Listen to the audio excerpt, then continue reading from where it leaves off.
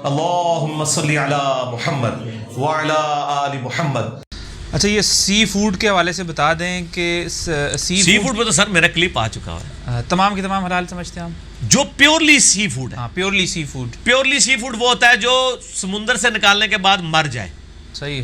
اب یہ کہتے ہیں سی فوڈ وہ تو سی میں تو وہ جناب وہ سانپ بھی آتے ہیں. سر سانپ باہر نکالنے سے مرتا نہیں ہے. سمندری سانپ بھی آپ باہر نکالیں وہ خشکی پہ بھی رہ سکتا ہے. وہ جی کچھوا بھی آتا ہے. کچھوا کیا زمین پہ مر جاتا ہے؟ تو پہلے آپ اللہ کے بندو ڈکشنری تو حاصل کرو کہ سی فوڈ کہتے کسے ہیں. قرآن جو کہتا ہے سورۃ المائدہ میں کہ سمندر کا مردار حلال کر دیا گیا ہے، وہ سمندر کا مردار ہے جو سمندر کا ہے، جو سمندر کا رہائشی ہے. کچھوا سمندر کا رہائشی نہیں ہے، وہ زمین اور سمندر دونوں میں رہ سکتا ہے. پیورلی ویل مچھلی، حالانکہ انفی ویل مچھلی کو حرام کہتے ہیں. تسی تو جھینگے نو لے کے پھر رہے ہو نا، جھینگا بھی حلال ہے. وہ تو ویل مچھلی کو حلال نہیں ماننے کے لیے تیار. جو بخاری مسلم میں حدیث ہے کہ ابو عبیدہ ابن جراح ایک جہاد کے دوران کچھ صحابہ تھے تو ایک بہت بڑی مچھلی جو ہے وہ سمندر نے باہر پھینک دی. 15 دن تک وہ کھاتے رہے. اور صحابہ کہتے ہیں کہ ابو عبیدہ ہمارے لیڈر تھے اور انہوں نے اینڈ پہ حکم دیا کہ اس کی 2 پسلیاں وہ جوڑی جائیں. وہ جو اس کا نکلتا ہے وہ پوری پنجر نکلتا ہے جو، تو ایک اونٹ سوار اس کے نیچے سے گزر جاتا تھا، وہ اس سے بھی اونچی تھی. اتنی بڑی کون سی مچھلی ہو سکتی ہے؟ ویل. اب تو دنیا نے ایکسپوز کر دیا ہے. اب انفیوں کے گھاٹے میں فٹ ہوئی ہوئی تھی یہ حدیث، کیونکہ وہ تو ویل مچھلی کو کہتے ہیں ویل مچھلی تو میمل ہے اور میمل حرام ہے. وہ اس کو حرام کہتے ہیں، وہ کہتے ہیں یہ مچھلی آئی نہیں، یہ تو میمل ہے. ہم پوچھتے ہیں یہ حضرت ابو عبیدہ کے لیے جو مچھلی آئی تھی یہ کون سی تھی؟ اب تو میں بتا دیا. ٹھیک ہے نا.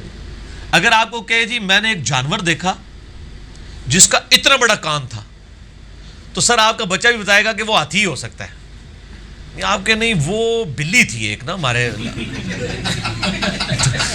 انفیوں نے یہی کیا ہے. وہ کہتے ہیں وہ کوئی خاص معزوم کی ہوئی بلی. Good answer. دیکھو کتنا بزرگاں دا اور علماء دا مذاق اڑا رہے ہیں بہ کے. تسی واپس بھی جانا ہے. ٹھیک ہے. اے صحیح ورتا انہوں مسٹنڈے کہندے نے نا، وہ مسٹنڈ. پچھلے دنوں نا واٹس ایپ پہ ایک کتاب بھی آئی تھی، انہوں نے کہا تھا کہ سمندری کتا بھی حلال ہے. سمندری کتا کون سا یار؟ گھوڑا. سمندری گھوڑا. دیکھیں مسئلہ یہ ہے جو جانور باہر نکل کے مر جائے. اچھا میں آپ کو یہ بتاؤں، ٹھیک ہے، میں آپ کو یہ بتاؤں کہ کچھ جانور جو ہے نا سمندر سے نکل کے 5 منٹ بعد مر جاتے ہیں، کچھ 5 گھنٹے تک بھی زندہ رہتے ہیں. ایون ویل مچھلی 8 اور 10 گھنٹے وہ دیکھتے نہیں گور ہے اس کے اور بالٹیاں پھینکتے رہتے ہیں، پھر وہ زندہ ہو جاتی ہے، وہ مرتی ہی نہیں ہے. کیکڑا ہے، یہ بھی کچھ عرصے بعد مر جاتا ہے، یہ بھی پیورلی سمندری جانور ہے. سر تسی تو کھادے بھی ہوئے نا کیکڑے؟ کھادے ہوئے نا، ان کے بڑا تجربہ ہے. اچھا ایک بات بتائیں، یہ پھر کھانے کا یہ تخصیص کس نے کی ہے کہ اگر وہ فش کے اسپیشیز سے ہو؟ بزرگوں نے. تو قرآن و حدیث میں تو ایسی کوئی تخصیص نہیں. اور بزرگ بھی ایک فقہ حنفی کے جو سو کارڈ ان کے اپنے جو ہیں، اور باقی کوئی تو شافعی تو کھاتے ہیں. اسی تو کہتے ہیں دیکھیں نا، وہ کہتے جب ہم ان کو کہتے ہیں یار انڈونیشین ملیشین جو ہیں یہ شافعی کیوں ہیں، وہ کہتے ہیں اصل میں نا ان کا ذریعہ معاش جو ہے اور وہ کھانا پینا مچھلیوں سے جڑا ہوا ہے، تو ان کی ہاں سارا آپ ہنس رہے ہیں. وہ کہتے ہیں کہ اگر مچھلیوں کا رولا نہ ہوتا انہوں نے بھی اسے انفی کر لینا سی. اور انہوں نے کیتے ہیں نا سر، بنگالیوں نے نہیں کیتے ہیں. ویسے یقین کریں بنگالیوں کے سامنے اپنا مقدمہ رکھیں، ہو سکتا ہے بنگالی سارے کتاب و سنت پہ آ جائیں. اور الحمدللہ بنگالی آ بھی رہے ہیں. مجھے تو بنگلہ دیش نیپال سے بھی ای میلز آتی ہیں، لوگ دعوت قبول کر رہے ہیں الحمدللہ. اور آپ یہ والی مچھلیوں والی شروع کریں تو امید ہے انشاءاللہ حکومتی لیول پہ وہاں پہ جو ہے نا فقہ حنفی کو ختم کر دیں گے وہ. ہاں تو پھر اس کا ایک کلپ بنا دیجیے گا نا آپ میل کے ساتھ، کہ بنگلہ دیش کے چیف جسٹس سے ریکویسٹ کہ اپنے آئین میں یہ شامل کر لیں. ٹھیک ہے ٹھیک. اچھا اس سے ضمن ایک چیز اور بتا دیں پھر، گھوڑا ہمارے یہاں مکروہ کہا جاتا ہے کہ سیدنا عمر نے کوئی منع کیا تھا. کوئی منع نہیں کیا. اب نہیں کہتے سر، اب تو مفتی اکمل صاحب کا بھی کلپ آ چکا ہے کہ گھوڑا لال ہے. آپ کو پتہ ہے یہ انڈیا پاکستان کے حنفیوں کا گھوڑا مکروہ ہے. اچھا ٹھیک ہے. ٹرکی جو گڑھ ہے حنفیت کا، جتنا بڑا گڑھ پاکستان ہے نا اس سے بڑا گڑھ حنفیت کا ٹرکی ہے. اور وہاں پہ ہر ہوٹل میں گھوڑے پکتے ہیں، گھوڑوں کے کباب ہوتے ہیں، گھوڑے کا سالن ہوتا ہے. یہ پاکستان والے پرانی کتابوں کو لے کے پڑھ رہے ہیں نا، ان کو کیا آپ ذرا نئی ریوائز کر لیں. آپ کے حنفی جو ہے نا وہاں والے وہ کھاتے ہیں. یہاں والے حنفی بھی کہتے ہیں، وہ امام حنیفہ رحمہ اللہ کی طرف منسوب کیا ہوا انہوں نے کہ جی انہوں نے کہا تھا وہ جہاد میں گھوڑے استعمال ہوتے ہیں، تو وہ اس لیے انہوں نے اس وقت فتویٰ دیا تھا. اور اس وقت بھی انہوں نے کہا تھا مکروہ ہے، حرام نہیں کہا تھا. ان کو تو پتہ ہے کہ حلال ہے. بخاری مسلم میں حدیثیں گھوڑے کے حلال ہونے کے اوپر موجود ہیں. ٹھیک ہے, تو اب وہ کہتے ہیں ٹھیک ہے, لیکن جو سخت ہے وہ کہتے ہیں نہیں, ابھی بھی آپ دیکھیں نا وہ پہاڑی علاقوں میں تو فوجی گھوڑے ہی استعمال کرتے ہیں. سر گھوڑے نہیں استعمال کرتے, خچر استعمال کرتے ہیں. تو گھوڑے کی ٹینشن نہ لو تسی, گھوڑا حلال ہے اور گھوڑے کے حلال ہونے کے اوپر اجماع ہے. حرام کسی نے نہیں کہا. ٹھیک ہے, میں بڑے درد کے ساتھ ایک چیز پوچھ رہا ہوں, جو جواب دیا آپ نے کہ قرآن میں آیا کہ وَلَقَدْ ذَرَعْنَا لِجَهَنَّمَ كَثِيرًا مِنَ الْجِنِّ وَالْإِنسِ. تو ایک عام بندے کا کیا قصور ہے کہ اکثر یہ جو جہنم میں جا رہی ہے, تو اس طرح کے دیکھیں ہر ایک کا لیول تو نہیں ہوتا اتنی ڈیپلی اسٹڈی کرے یا اتنا فہم و فراست والا ہو, تو پھر اکثر یہ جہنم میں کیوں جا رہی ہے؟ ہاں, میں عام بندے کے لیے بات کروں گا. عام بندے کے لیے کوئی مشکل نہیں ہے. عام بندے پہ نماز تو فرض ہے نا. جی بالکل. اور نماز کی 17 رکعتیں فرض ہیں. جی. ہر رکعت میں ایاک نعبد و ایاک نستعین آتا ہے. جی. تو عام بندہ تو ہے اس بعد میں بزرگوں کے نعرے مار رہا ہوتا ہے, قبروں سے مانگ رہا ہوتا ہے. تو اگر عام آدمی کو سورہ فاتحہ کی 7 آیات کا ترجمہ بھی اس نے پوری زندگی نہیں سیکھا, موٹر سائیکل چلانی اس نے سیکھ لی ہے, گاڑی چلانی اس نے چیز سیکھ لی ہے, اس کا اسکول کی کمپیریٹیو نالج موجود ہے کہ جی کس اسکول میں بچہ داخل کرانا ہے, کس میں نہیں کروانا, دنیا جان کی اس نے چیزیں سیکھ لی ہیں. جرابیں, کاٹن کا کپڑا بھی خریدنے کا طریقہ اس نے سیکھ لیا اور ہاتھ میں مسل کے دیکھتا ہے. آج تک کسی بندے کو دیکھا ہے کہ اس نے کپڑا ہاتھ میں پکڑ کے یوں نہ کیا ہو. دین میں اتنا بھی وہ کرنے کے لیے تیار نہیں ہے. تو سر پھر جائے نا دوزخ میں. ٹھیک ہے نا, انہوں نے اللہ کو سیریس لیے نہیں. اور اسی آیت میں موجود ہے 179 سورۃ الاعراف, وَلَقَدْ ذَرَعْنَا لِجَهَنَّمَ كَثِيرًا مِنَ الْجِنِّ وَالْإِنسِ. آگے بھی آیت پڑھو نا, تسی پڑھ دو ادھی آیت, اگے تھوڑا بھی ذکر ہے اس آیت وچ. ہاں دیکھنا ہونے ذکر آن لگا ہے. سورۃ الاعراف آیت نمبر 170. بلکہ یہ کہنا چاہیے تھوڑا بھی ذکر ہونا سی جے اگر تسی ہدایت تک نہ پہنچے ہوندے. چلو ہن خوش ہو جاؤ. سورۃ الاعراف میں تو بہت بزرگوں کا بھی ذکر ہے. یہ 179 ہے نا, 175 اور 6 میں ہے کہ جو علماء اصول ہیں وہ کتے کی مثال ہے. وہ بھی اس سے 4 آیتیں پہلے آیا ہے سورہ اعراف میں کہ علماء اصول جو ہیں کتے کی مثال ہے. کتے کو کوئی بات ملے, کوئی کھانے کی چیز ملے تب بھی زبان ہانپے, نہ ملے تب بھی. اللہ نے باقاعدہ اس کی زبان ہانپنے کا ذکر کیا ہے. اس کے بعد آگے ذکر آیا بلعام بن بعورہ کے بعد, وَلَقَدْ ذَرَعْنَا لِجَهَنَّمَ كَثِيرًا مِنَ الْجِنِّ وَالْإِنسِ. اور بے شک ہم نے جنوں اور انسانوں کی اکثریت دوزخ کے لیے پیدا کی ہے. لَهُمْ قُلُوبٌ, ان کو ہم نے دل تو دیے تھے, لا یفقہون بہا, لیکن انہوں نے کبھی سوچنے کی زحمت ہی گوارا نہیں کی. وَلَهُمْ أَعْيُنٌ, ہم نے ان کو آنکھیں دی تھی, لا یبصرون بہا, لیکن کبھی آنکھیں کھول کے انہوں نے بخاری مسلم سے نماز کا طریقہ کھول کے نہیں پڑھا. یہ میں اس کی تشریح کر رہا ہوں. ظاہر ہے تشریح تو پھر بزرگوں سے پوچھ کے کرنی ہے نا آپ نے. وَلَهُمْ آذَانٌ, ہم نے ان کو کان تو دیے تھے, لا یسمعون بہا, لیکن وہ سنتے نہیں ہیں. اولئک کالانعام, اور یہ تو چوپائے ہیں. اللہ نے جانوروں کی مثل کہا ہے کہ جو لوگ اپنی عقل کو, کان, آنکھوں کو استعمال نہیں کرتے. بل ہم اضل, بلکہ یہ تو جانوروں سے بھی گئے گزرے ہیں. اولئک هم الغافلون, یہ تو غفلت کی زندگی گزار رہے ہیں. تو مسئلہ یہ ہے کہ جب اللہ ایسے شخص کو جس کو آنکھ, کان, یہ ساری نعمتیں دی تھی, اس کو یوٹیلائز نہیں کرتا, وہ خود جانوروں سے بدتر ہے, تو سر پھر وہ حقدار ہے. واقعی جانوروں سے بدتر ہے کہ وہ جانوروں نے دوزخ میں نہیں جانا, اس نے چلے جانا ہے. سر جانوروں نے تو دوزخ میں نہیں جانا, اس نے چلا جانا ہے. تو اس سے تو بہتر تھا یہ جانور ہی ہوتا, کم از کم دوزخ میں جانے سے تو بچ جاتا. اور پھر جو آیا وہ وَلَا تَقْفُ مَا لَيْسَ لَكَ بِهِ عِلْمٌ إِنَّ السَّمْعَ وَالْبَصَرَ وَالْفُؤَادَ كُلُّ أُولَئِكَ كَانَ عَنْهُ مسؤولا. انسان کبھی کسی چیز کی پیروی اس وقت تک مت کر کہ جب تک اس کے بارے میں تو ڈیفینیٹ علم حاصل نہ کر لے. بے شک آنکھ, کان اور عقل, اس کے بارے میں تم سے پوچھا جائے گا. اللہ تعالیٰ ہمارے بغیر دلیل کے تم نے پیروی نہیں کرنی. اور سر ہم دنیا کے معاملات میں بغیر دلیل کے پیروی کر رہے ہیں. دنیا کے معاملات میں بغیر دلیل کے پیروی نہیں کر رہے, دلیل کے ساتھ کر رہے ہیں, دین میں کر رہے ہیں. اور ہمارے ساتھ کوئی ویسے ہمدردی بھی نہیں کرتا. آپ دن کے وقت ہیڈ لائٹ جلا کے نا موٹر سائیکل کی 1 کلومیٹر کا سفر طے کر کے بتائیں تو آپ کو 50 بندے یوں اشارہ کریں گے. لیکن سر آپ 50 سال تک کسی مسجد میں اپنے بزرگوں کے طریقے پہ نماز پڑھتے رہے, آپ کو ایک بندہ بھی کندھا تھپکا کے نہیں کہے گا کہ یار یہ نماز سنت کے مطابق نہیں آپ پڑھ رہے. اور اگر کہے گا تو وہ اپنی خیر منا لے گا. اور آپ منہ بھی نہیں چڑھائیں گے جو آپ کو یوں کہتے ہیں آپ لائٹ بند کریں. لیکن آپ کو کوئی بخاری کھول کے آپ کے بزرگ بابوں کا بھی ترجمہ دکھا دے تو آپ کہیں گے یہ تو تیری شکل اپنی دور کرے.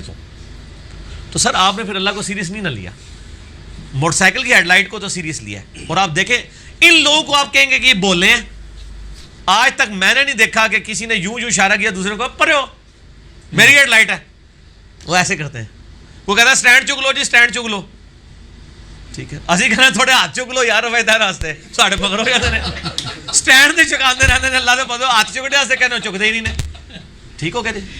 تو کیا جی اصل میں ان کے بھی بھائی کے بھی سوالات ہیں, نہیں وہ کر لیں گے بعد میں, وہ پھر وہ کیمرے کو بند کر کے پھر اگلا سیشن سٹارٹ ہوگا, ابھی آپ اپنے آپ کو چلائیں. ٹھیک ہے کیونکہ میں وہ ابھی انہوں نے ایک سیکنڈ لاسٹ کویسچن پوچھا تھا گھوڑے کے حوالے سے, اس میں آپ سے ریکویسٹ کروں گا کہ آپ کے ترسل سے یہ بات ہے نا یہ پھیلائی جائے راولپنڈی میں, لاہور میں, کراچی میں. یہ تو میرے علم میں ہے کہ ان کی طرف کریں جی ذرا. یہاں پر ریس کلب بنے ہوئے ہیں. اب جو ریس کلب ہیں یہاں پہ گھوڑے جو ہے نا ان کی دوڑ لگتی ہے. جی جی. ہم فارماسیوٹیکل میں تھے تو میں اور میرے مینیجر جو ہیں وہ ہم وہاں پر جا کے اپنی آئی بی سولوشن جو ہیں وہ ان کے ساتھ شیئر کرتے تھے, کیونکہ گھوڑوں کو ڈرپس وغیرہ لگتی تھی تاکہ ان کو زیادہ انرجی ملے اور وہ زیادہ تیزی سے بھاگ سکے اور ریس جیتے.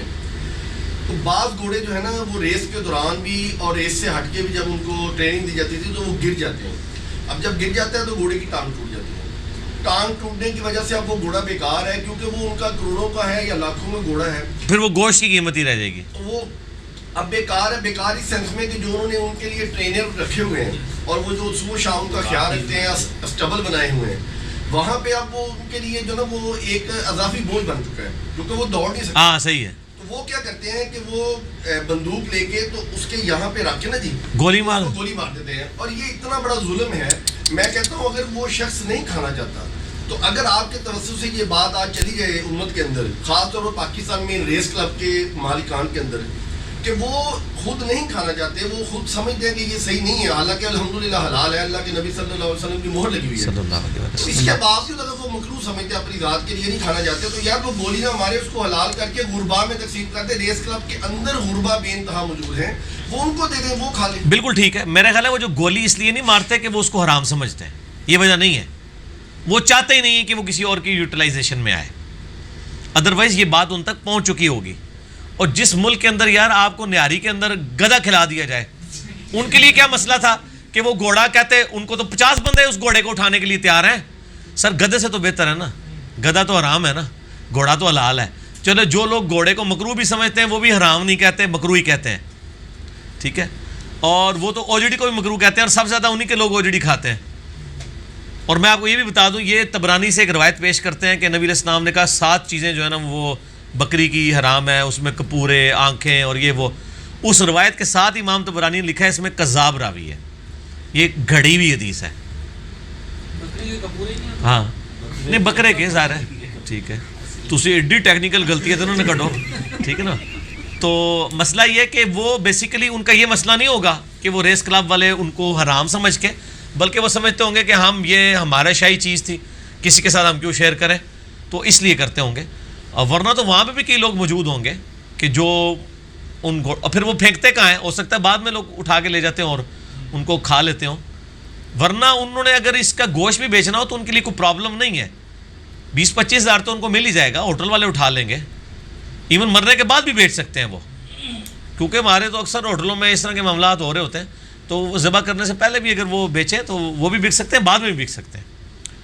ٹھیک ہو گیا. کوئی لے گا نہیں علی بھائی, کیونکہ ہمارے دیہاتوں میں جب کوئی گھوڑا بیمار ہو جاتا ہے نا, کوئی بھینس ہے یا کوئی اور جانور ہے, تو اس کو وہ کسائی لے لیتے ہیں, گوشت بیچ دیتے ہیں. لیکن اگر کوئی گھوڑا بیمار ہے نا تو وہ بس مرنے کا انتظار کیا جاتا ہے, جب مر جاتا ہے یا اسے خود مار دیا جاتا ہے اور پھینک دیا جاتا ہے, اس کو نہ ذبح کرنے کا. چلیں وہ ایجوکیشن ہونی چاہیے. اب تو فکر نہیں ہو رہی, آگے چلائیں جی ذرا اور گپیں شروع ہو جائیں. بیرون ملک سے ایک سوال ہے بھائی کا کہ جو مخنث جس کو کہتے ہیں شیمیل, اگر وہ کسی فیملی میں پیدا ہو جائے, تو یہاں ہمارے یہاں یہ ہوا ہے, اس طرح کا واقعہ وہ بتا رہے ہیں کہ انہوں نے اٹھا کے اسی قوم میں کے لوگوں کو دے دیا ہے, تو یا گوروں میں اس طرح کے اگر کوئی لوگ ہیں تو ان کو دے دیا, اور پھر ان کی پرورش ہوتی ہے. وہ توہین تو ایک الگ چیز ہے, مطلب توہین سمجھتے ہیں اس کو رکھنا, پرورش کرنا, اور وہ ان کو دے دیا. پھر بہت بڑا ظلم ہے جی.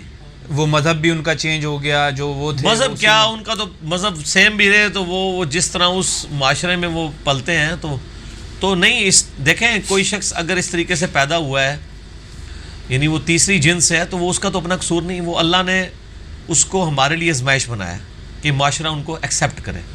اب ہمارے آپ کو پتہ ہے ملک میں بھی قانون سازی ہوئی ہے, ان کے لیے جابز بھی رکھی گئی ہیں, اور یہ بڑے مہذب بن کے رہ بھی سکتے ہیں. بیسیکلی یہ جس کمیونٹی میں رہتے ہیں اس کی وجہ سے زیادہ ان کی حرکتیں عجیب و غریب ہو جاتی ہیں. ادروائز یہ جو آپ کا وہ جیک کیلس ہے جو جی, وہ بھی مہنس ہے, آپ کو نہیں پتا؟ کبھی کسی کو پتا لگا؟ مطلب ورلڈ ریکارڈ ہولڈر ہے اتنے لمبے ٹینیور کے لیے، کوئی آل راؤنڈر نہیں رہا ساؤتھ افریقہ کا، تو اس نے اپنی لائف گزاری ہے اس طریقے سے، ٹھیک ہے.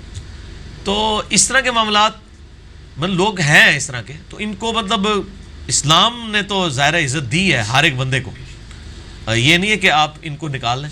اس حوالے سے میں ویسے تبلیغی جماعت کو کریڈٹ دیتا ہوں. تبلیغی جماعت کی آپ کو پتہ ہے مخنث کی بھی جماعتیں نکلتی ہیں، اور باقاعدہ ان لوگوں میں جا کے وہ دعوت تبلیغ کا کام بھی کرتے ہیں. بڑی جرت کا کام ہے. اللہ تعالیٰ جزائے خیر دے. یہ لوگ بڑا کام کر رہے ہیں اس حوالے سے، اس طبقے کو جس کو کوئی منہ لگانے کے لیے تیار نہیں ہوتا. تو یہ بے شک زیادتی ہو رہی ہے، نہیں حوالے کرنا چاہیے، اور وہ آپ کی اس وراثت میں بھی حقدار ہوگا سارے معاملات. اور دوسرا اس کو تو چھوڑ دیں آپ، اگر کوئی مرد بھی پیدا ہو، کئی مرد ہیں شادی کے بعد بھی ان کی اولاد نہیں ہوتی ہے، تو ان کا سٹیٹس تو وہی رہتا ہے، ٹھیک ہے نا. ایشو تو کسی کے ساتھ بھی بن سکتا ہے. کئی لوگ ایکسیڈنٹ میں ہمیشہ کے لیے ڈسیبل ہو جاتے ہیں، ایسے معاملات بھی ہو جاتے ہیں، ٹھیک ہے نا. تو معاشرے کو چاہیے کہ وہ ان کے ماں باپ کو چاہیے اپنے ساتھ رکھیں، اور اس کو کوئی برائی والا معاملہ نہیں ہے. چونکہ میں کہتا ہوں ان چیزوں کے پیچھے صرف دین سے دوری ہے. آپ مہنس کی بات کر رہے ہیں، یہ ہمارے معاشرے کی اکثریت میں اگر جوان بچہ داڑھی رکھ لے، وہ تو اس کو ایکسیپٹنس دینے کے لیے تیار نہیں ہوتے ہیں. کہتے ہیں اے بچہ میرا صحیح نکلا ہے، رہ گیا اے گیا جڑا داڑھی رکھا ہوتا ہے نماز پڑھا ہوتا. کہتے ہیں بالکل ہی تو کوئی دنیا کا پتہ ہی نہیں ہے. جڑا بالکل صحیح چل رہا ہوتا ہے انہوں کہتے ہیں بالکل ہی سیدھا ہے. قرآن کہتا ہے سیدھے رستے چلو، ویسے تو کہتے ہیں اہدنا صراط المستقیم، لیکن وہ سیدھا ہوئے انہوں سیدھا مننے سے تیار نہیں نے. جو یعنی ٹریفک سگنل کے اوپر روک لے گاڑی اور وہ ساری چیزوں کو فالو کر رہا ہو، کہتے ہیں یار بالکل ہی سیدھا ہے، یار یہ تو نہیں چل سکتا. اور گورے سارے بالکل سیدھے تھے. ہاں وہ تو بہت مطلب ان چیزوں کو فالو کرتے ہیں. اچھا، اگلا سوال یہ ہے کہ امام مسلم ہو یا کوئی بھی محدث، ان کی رائے سے کس حد تک اختلاف کیا جا سکتا ہے، اور محدثین کی جو رائے ہے اس کی وہی بتا دیں شرعی حیثیت کیا ہے؟ نہیں، ظاہر ہے کہ اجتماعی فکر سے تو اختلاف نہ کریں، ظاہر ہے وہ تو امت کی. باقی انڈیویجول لیول پہ اختلاف رائے تو ہو سکتا ہے، بالکل ہو سکتا ہے. امام مسلم کا نام مجھے پتہ نہیں کس انٹینشن سے آپ نے لکھا ہے. آپ جنرل کسی بھی امام کی بات کریں، آپ ان کے ساتھ اختلاف کر سکتے ہیں. میں تو امام مسلم کے ساتھ کئی مسئلوں میں ایگری کرتا ہوں جس میں باقی اماموں کے جو ہے وہ اختلاف رائے رکھتا ہوں. کیونکہ آج جو امت کا بیڑا غرق ہوا ہے نا، اگر اس وقت کے باقی ائمہ بھی امام مسلم والا منہج اختیار کرتے نا، تو امت کا جنازہ اس طرح نہ نکلتا. امام مسلم نے صحیح مسلم کے مقدمے میں لکھا ہے کہ کیا دنیا میں صحیح حدیثیں کم ہو گئی ہیں کہ جو ہم ضعیف روایتیں اپنی کتابوں میں لکھیں. اور انہوں نے کہا میں تو فورس ہی کر رہا ہوں، آنے والے زمانے میں بیڑا غرق ہو جائے گا، لوگ کہیں گے یہ حدیث تو حدیث ہوتی ہے، ڈگری تو ڈگری ہوتی ہے، چاہے اصلی ہو یا جعلی. اور وہی ہو گیا، ٹھیک ہے. اور امام مسلم کا باقاعدہ میں نے یعنی پورا مقدمہ مسئلہ 36 میں پڑھایا ہے، جو صحیح مسلم کا حصہ ہے، پہلی 93 روایات. انہوں نے تو کہا ہے یار یہ امت کے ساتھ ظلم کر رہے ہیں. اور انہوں نے یہاں تک کہا کہ جو علماء اپنی کتابوں میں ضعیف روایتیں جمع کر کے یہ بتانا چاہ رہے ہیں ہم نے اتنی حدیثیں جمع کر لی ہیں، میرے نزدیک یہ جاہل ہیں. اس وقت تو ان کے زمانے کے علماء کو ان کی باتیں بری لگی ہوں گی. لیکن اگر آج آپ مجھ سے پوچھیں، میں نے تو شیخ زبیر علی صاحب سے کہا تھا، میں نے کہا جی مجھے اگر کوئی پڑھا لکھا بندہ لگا ہے نا محدثین میں سب سے زیادہ انٹلیکچوئل جینیس، وہ امام مسلم ہے. امام مسلم نے مقدمہ لکھ کے وہ کمال کر دیا ہے کہ اب امام بخاری کے بارے میں ہم جتنے بھی دعوے کریں گے ادھر ادھر کتابوں سے کریں گے نا، بخاری نے مقدمہ کو نہیں لکھا کہ میں یہ کیا کرنے جا رہا ہوں، امت پہ کیا افتاد آ پڑی ہے. امام مسلم کے تو آپ لگے تو آپ کو لگے گا کہ بھئی آج کے زمانے میں جو ہم رونا رو رہے ہیں یہ اس زمانے میں انہوں نے رونا رویا ہے. اور پھر انہوں نے کہا تھا کہ لوگ 200 سال تک بھی لگے رہنا میری اس کتاب جیسی کتاب نہیں لکھ سکیں گے جو میں نے اپنی محنت اس پہ کھپا دی ہے.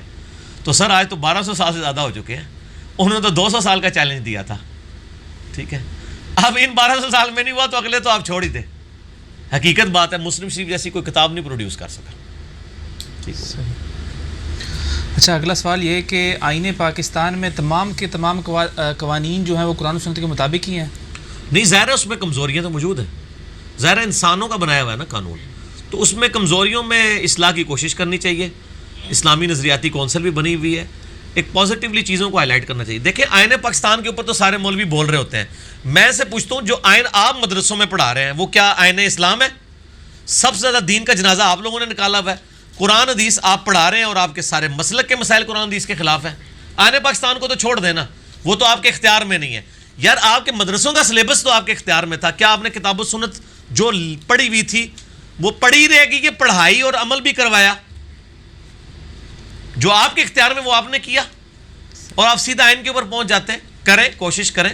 اور میں کہتا ہوں آپ رائے ہموار کریں انشاءاللہ تعالی. میرا ایک یوٹیوب پہ کلپ ہے ڈاکٹر اسرار ورسز جاوید احمد غامدی, 1 لاکھ سے زیادہ لوگ دیکھ چکے ہیں. میں نے اس میں یہ دونوں اپروچز کا بتایا کہ اسلامی نظام کو قائم کرنے کے لیے دھونس نہیں بلکہ رائے عامہ کو ہموار کرنا ہوگا. اس مسئلے میں غامدی صاحب کے ساتھ ہوں کہ آپ رائے عامہ کو ہموار کریں گے. اور ڈاکٹر اسرار صاحب نے بھی کوئی دھونس زبردستی والا معاملہ نہیں کیا, پوری زندگی رائے عامہ ہی ہموار کی ہے انہوں نے, کبھی ایک شیشہ بھی نہیں انہوں نے توڑا. اسی وجہ سے وہ اپنی طبعی موت مرے, ورنہ تو کہیں لاوارث لاش پڑی ہوئی ہوتی. ٹھیک ہے, ان سے کسی کو خطرہ نہیں تھا. لیکن رائے عامہ جو ہموار کی ہے اس کا آپ ایفیکٹ دیکھیں کتنا ہوا ہے کہ پورے ملک کے اندر قرآن کی آواز بلند ہوئی ہے. ٹھیک ہے, تو یہ کام کرنا چاہیے. ٹھیک. اب چھوٹے چھوٹے ذرا سے سوال ہیں کہ سوال تو سارے چھوٹے تھے, جواب لمبے ہوتے ہیں. ہاں نہیں مطلب جواب بھی انشاءاللہ چھوٹے ہی ہوں گے. صبح و شام کے اذکار جو ہیں وہ اگر فرض نماز سے پہلے کر لیے جائیں تو فجر کا وقت داخل ہونے کے بعد صبح کے اذکار کر سکتے ہیں آپ. ٹھیک ہے. ٹھیک ہے جی, ختم سحری کے فوراً بعد چاہے فجر پڑی ہو, کیوں, وہ صبح کے اذکار ہیں. ٹھیک. اور شام کے اذکار, چونکہ شام کے اذکار ہیں, آپ غروب آفتاب سے پہلے کر لیں, سب سے افضل وقت وہ ہے. ورنہ آپ مغرب کے بعد کر لیں, افضل وقت یہ ہے کہ مغرب سے پہلے کریں. ٹھیک. شام کے اذکار ہیں وہ رات کے نہیں ہیں, مغرب میں تو رات شروع ہو جاتی ہے. ٹھیک. اچھا یہ بتا دیں روزے کی حالت میں انجیکشن لگوانا چاہے وہ انٹرا مسکولر ہو یا وینس ہو تو اس میں کوئی ہم تو دونوں کو غلط سمجھتے ہیں, کیونکہ صحیح بخاری میں 1938 نمبر حدیث کی ہیڈنگ میں ابن عباس کا قول امام بخاری لے کے ہیں کہ روزہ جسم میں چیز داخل کرنے سے ٹوٹ جائے گا, نکالنے سے نہیں ٹوٹے گا. اب وہ داخل کر رہے ہیں, آپ چاہے ادھر کر رہے ہیں ادھر کر رہے ہیں, علماء کا اختلاف ہے, مجھے پتہ ہے. میں تو اس چیز کی جاؤں گا جو مجھے سمجھ میں بھی آتی ہے. غلام سعود سعیدی صاحب پہلے قائل تھے انجیکشن سے روزہ نہ ٹوٹنے کے. پوری مسلم شریف لکھتے لکھتے جب آخری جلد میں پہنچے نا تو انہوں نے رجوع کر لیا, اور پھر انہوں نے مسلم شریف کا ایک ضمیمہ لکھا شرح صحیح مسلم کا, جو آخری جلد کے ساتھ ہے, جس میں انہوں نے انجیکشن سے روزہ ٹوٹنے کے دلائل دیے ہیں, اور یقین کریں وہ صحیح سائنٹسٹ والے دلائل ہیں.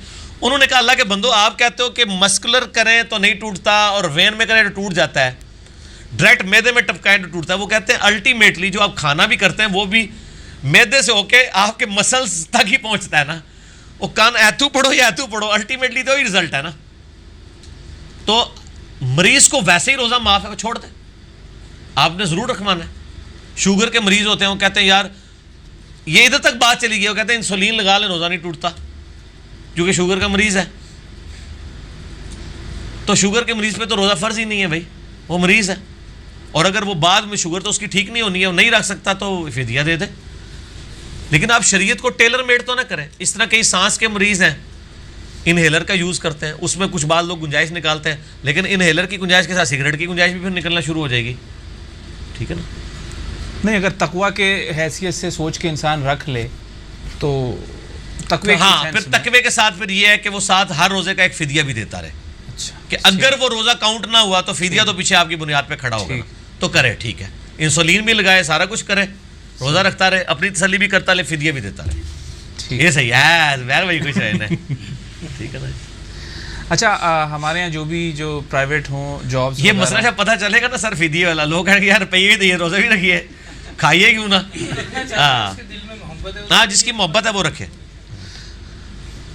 جو کمپنی اور جو ہے ورکرز کے درمیان ایک کانٹریکٹ ہوتا ہے, میوچل انڈرسٹینڈنگ جو بھی ہو, اس کانٹریکٹ کی مطلب کوئی شرعی حیثیت بھی ہوتی ہے اگر اس سے؟ شرعی حیثیت تو ہے نا سر, امپلائر ریلیشن شپ ہے نا, شرعی حیثیت کیوں نہیں ہے.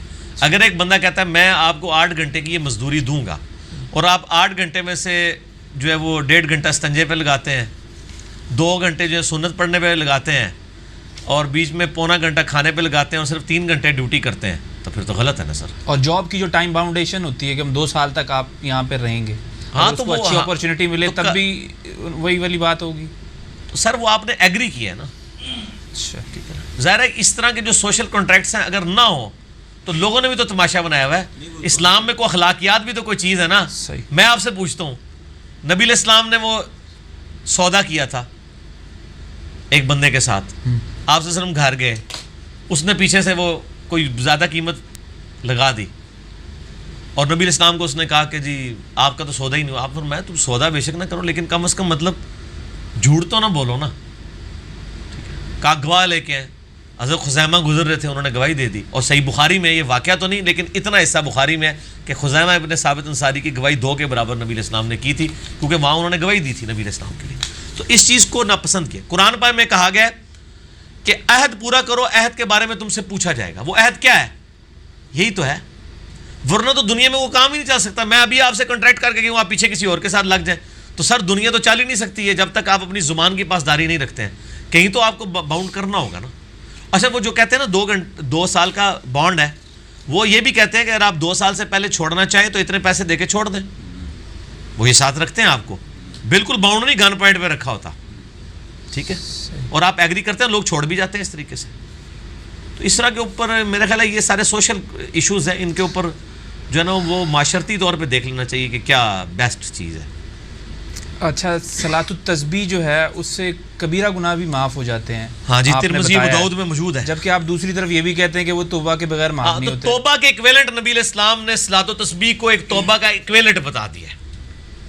تو صلاۃ التسبیح جب کوئی پڑھے گا نا تو اللہ تعالیٰ نے اس کو اسی طرح سمجھ لیا کہ ایک بندہ کہتا ہے استغفر اللہ و اتوب الیہ, اور صلاۃ التسبیح جب وہ پڑھے گا اور اس نیت سے پڑھ رہا ہوگا کہ میرے گناہ کبیرہ معاف ہوں گے. گناہ کبیرہ صرف توبہ سے بھی نہیں معاف ہوتے سر, جب تک آپ آندہ نہ کرنے کا عہد کریں. تو صلاۃ التسبیح میں بھی آپ نے یہ عہد کرنا ہوگا کہ یا اللہ اس کی وجہ سے میرے کبیرہ گناہ معاف کر دے, آندہ میں نہیں کروں گا. تو الٹیمیٹلی توبہ تو ہو ہی رہی ہوتی ہے. تو صلاۃ التسبیح پہ مسئلہ 91 ہے میرا ڈیٹیلڈ, وہ دیکھیں. ٹھیک ہو گیا. یہ عام ٹی شرٹس پہ کچھ نشانات بنے ہوئے ہوتے ہیں, اس میں عموماً علماء کہتے ہیں کہ یہودوں کی ہے یا نصارہ کی مشابہت ہے یا ان کے کچھ مذہبی نشانات آج کل اگر بڑے مذہبی مشہور ہوئے. نشانات ہیں تو علماء کو تو پتہ نہیں ہوتا مذہبی نشانات کا. علماء کو تو اپنے مذہبی نشانات کا پتہ ہے. یہود و نصارہ کے تو آپ پوری تحقیق کریں, کیونکہ یہ تو ہر چیز کو یہود و نصارہ کے چکر میں ڈال دیتے ہیں. ان کے ہاتھ میں جو موبائل ہیں وہ یہود و نصارہ کے نہیں ہوتے ہیں, ان کی گاڑیاں یہود و نصارہ کی نہیں ہوتی ہیں, ان کا اسلحہ یہود و نصارہ کا نہیں ہوتا. صرف آ کے آپ کی ٹی شرٹ اور آپ کی پینٹ شرٹس کے پیچھے پڑ جاتے ہیں. نہیں, وہ یہ بھی کہتے ہیں کہ ٹی شرٹ کے جیسے بیک سائڈ پہ کچھ لکھا ہوا, آپ نماز پڑھنے جو آپ کے جو پیچھے لکھنے سے کیا فرق پڑتا ہے؟ جو آپ کے پیچھے والا ہوگا وہ پڑھے گا نماز میں تو اس کا خشوع جائے گا. نہیں, اس حساب سے تو میرے بھائی جو پہلی تو بات یہ ہے کہ نماز جو پیچھے پڑھ رہا ہے اس نے آپ کی ٹی شرٹ کو نہیں دیکھنا, وہ سجدے والی جگہ پہ دیکھے گا. اس حساب سے تو مسجد کے اندر جتنی انہوں نے آیتیں لکھ کے لگائی ہوتی ہیں خوشی خصوصی اس سے بھی چلا جائے گا. تو وہ آیتیں کیوں پڑھ رہا ہے, وہ تو سجدے والی جگہ پہ دیکھے. ٹھیک ہے, کوئی خوشی خصوصی نہیں جائے گا. اچھا, قیام اللیل میں بعض لوگ جو ہے پیچھے قرآن لے کر شوقیہ بھی کھڑے ہوتے ہیں, 3 4 5 لوگ. تو نفلی نماز میں تو جائز ہے. صحیح بخاری میں ہے کہ حضرت عائشہ کا غلام جو ہے وہ مصحف دیکھ کے حضرت عائشہ کو قیام اللیل کرواتا تھا. اور میرا ایک کلپ بھی ہے, کیا تراویح میں قرآن لے کے آپ یعنی ہاتھ میں پکڑ کے پڑھ سکتے ہیں؟ بالکل پڑھ سکتے ہیں, یعنی سن سکتے ہیں پیچھے. ایون اگر آپ پڑھا سکتے ہیں دیکھ کے تو سننا تو بہت چھوٹی چیز ہے نا. صحیح, ٹھیک ہے نا. اس دونوں چیزیں میں نے صحابہ کرام سے ثابت کی تھی کہ پیچھے بھی لے کے کھڑے ہوتے تھے صحابہ کرام. مصنف ابن ابی شیبہ میں کئی آثار موجود ہیں, میں نے اس میں نمبرنگ بھی بتائی ہے ان کی, اور آگے بھی کھڑے ہوتے تھے. اسمارٹ فون میں بھی ہیں لیکن اس کو آپ ایئر فلائٹ موڈ میں لگا لیں, اور تاکہ یہ نہ ہو کہ آپ ساتھ ساتھ اپنے میسیجز بھی دیکھ رہے ہوں. تو یہ کام نہیں ہونا چاہیے. نہیں, تو یہ بیک وقت میں 1 سے زائد لوگ یہ کام کریں گے, اس کا مقصد کیا ہوگا پھر؟ اس کا مقصد کنسنٹریشن ہے نا. پیچھے جو لوگ کھڑے ہیں صحابہ کرام بھی تو کنسنٹریشن کرتے تھے نا, اس کے لیے کنسنٹریشن کے لیے. ظاہر ہے یار, ایک بندے کو عربی نہیں آتی ہے, آپ وہ کیسے کنسنٹریٹ کرے, طرز کے اوپر کنسنٹریٹ کرے. اس کے پاس تو حال ہی یہی ہے کہ وہ دیکھے. صحابہ کو تو عربی آتی تھی تب بھی وہ کنسنٹریشن کے لیے دیکھتے تھے. تو اگر کوئی کر لیتا ہے نفلی نماز میں تو بالکل ٹھیک ہے, کرے. خشوع خضوع میں کوئی مسئلہ نہیں پڑتا. خوشو خضوع تو اس کا ویسے ہی کوئی نہیں ہے سر. وہ تو رکوع کا انتظار کر رہا ہے, اس کو تو پتہ ہی نہیں ہے کہ آگے حضرت یوسف علیہ السلام کنویں میں یا باہر نکلے ہیں. یہ تو اس کو پتہ ہے جس کو ترجمہ پتہ ہے. اس کا خوشو خضوع ہے صرف طرز, اور وہ بھی اکثر مسجدوں میں ہوتی نہیں سوائے اہل حدیث کے. تو سر کچھ تو اس کے ہاتھ میں رہنے دینا آپ, بالکل نہ اسے چھین لیں. اور اس کا بڑا فائدہ ہوا ہے کہ لوگ کم از کم تراویح پڑھنا شروع ہو گئے. لیکن یہ صرف اہل حدیث کی مسجدوں میں ہی ہوتا ہے, وہیں لے کے کھڑے کہیں اور نہیں, آپ سر کیا کریں گے, کہیں اور آپ کو باتیں سنا دیں گے, باتیں سنائیں گے تو آپ ان کو بتا دیں کہ بخاری میں موجود ہے. میرے ساتھ ہو گیا تھا پڈا, وہی ٹی شرٹ پہ لکھ کے. سر دوسرے جو پھڈا کرنے والے ہیں ان کا تو کوئی علاج نہیں ہے. صحیح. نہیں, جنہوں نے یہ مجھے نہیں لگتا یار, آپ لوگ کس جگہ پہ رہ رہے ہیں. آپ تو بڑی ٹالرنس ہے لوگوں میں. اسلام آباد میں تو میں نے دیکھا کہ کسی دیوبندی کی جرت ہو جائے کسی اہل حدیث کو ڈانٹ دے اپنی مسجد میں. آپ لوگ بھی شہروں کے رہنے والے ہیں, وہاں تو اس طرح کے مسئلے بہت کم ہی ہوتے ہیں, کوئی نہیں ڈانٹتا. اچھا اس کا حال میں آپ کو بتا دیتا ہوں, اور سر میں آپ کو کرایہ بھی دیتا ہوں. آپ نا منتھلی کو 500 روپیہ نا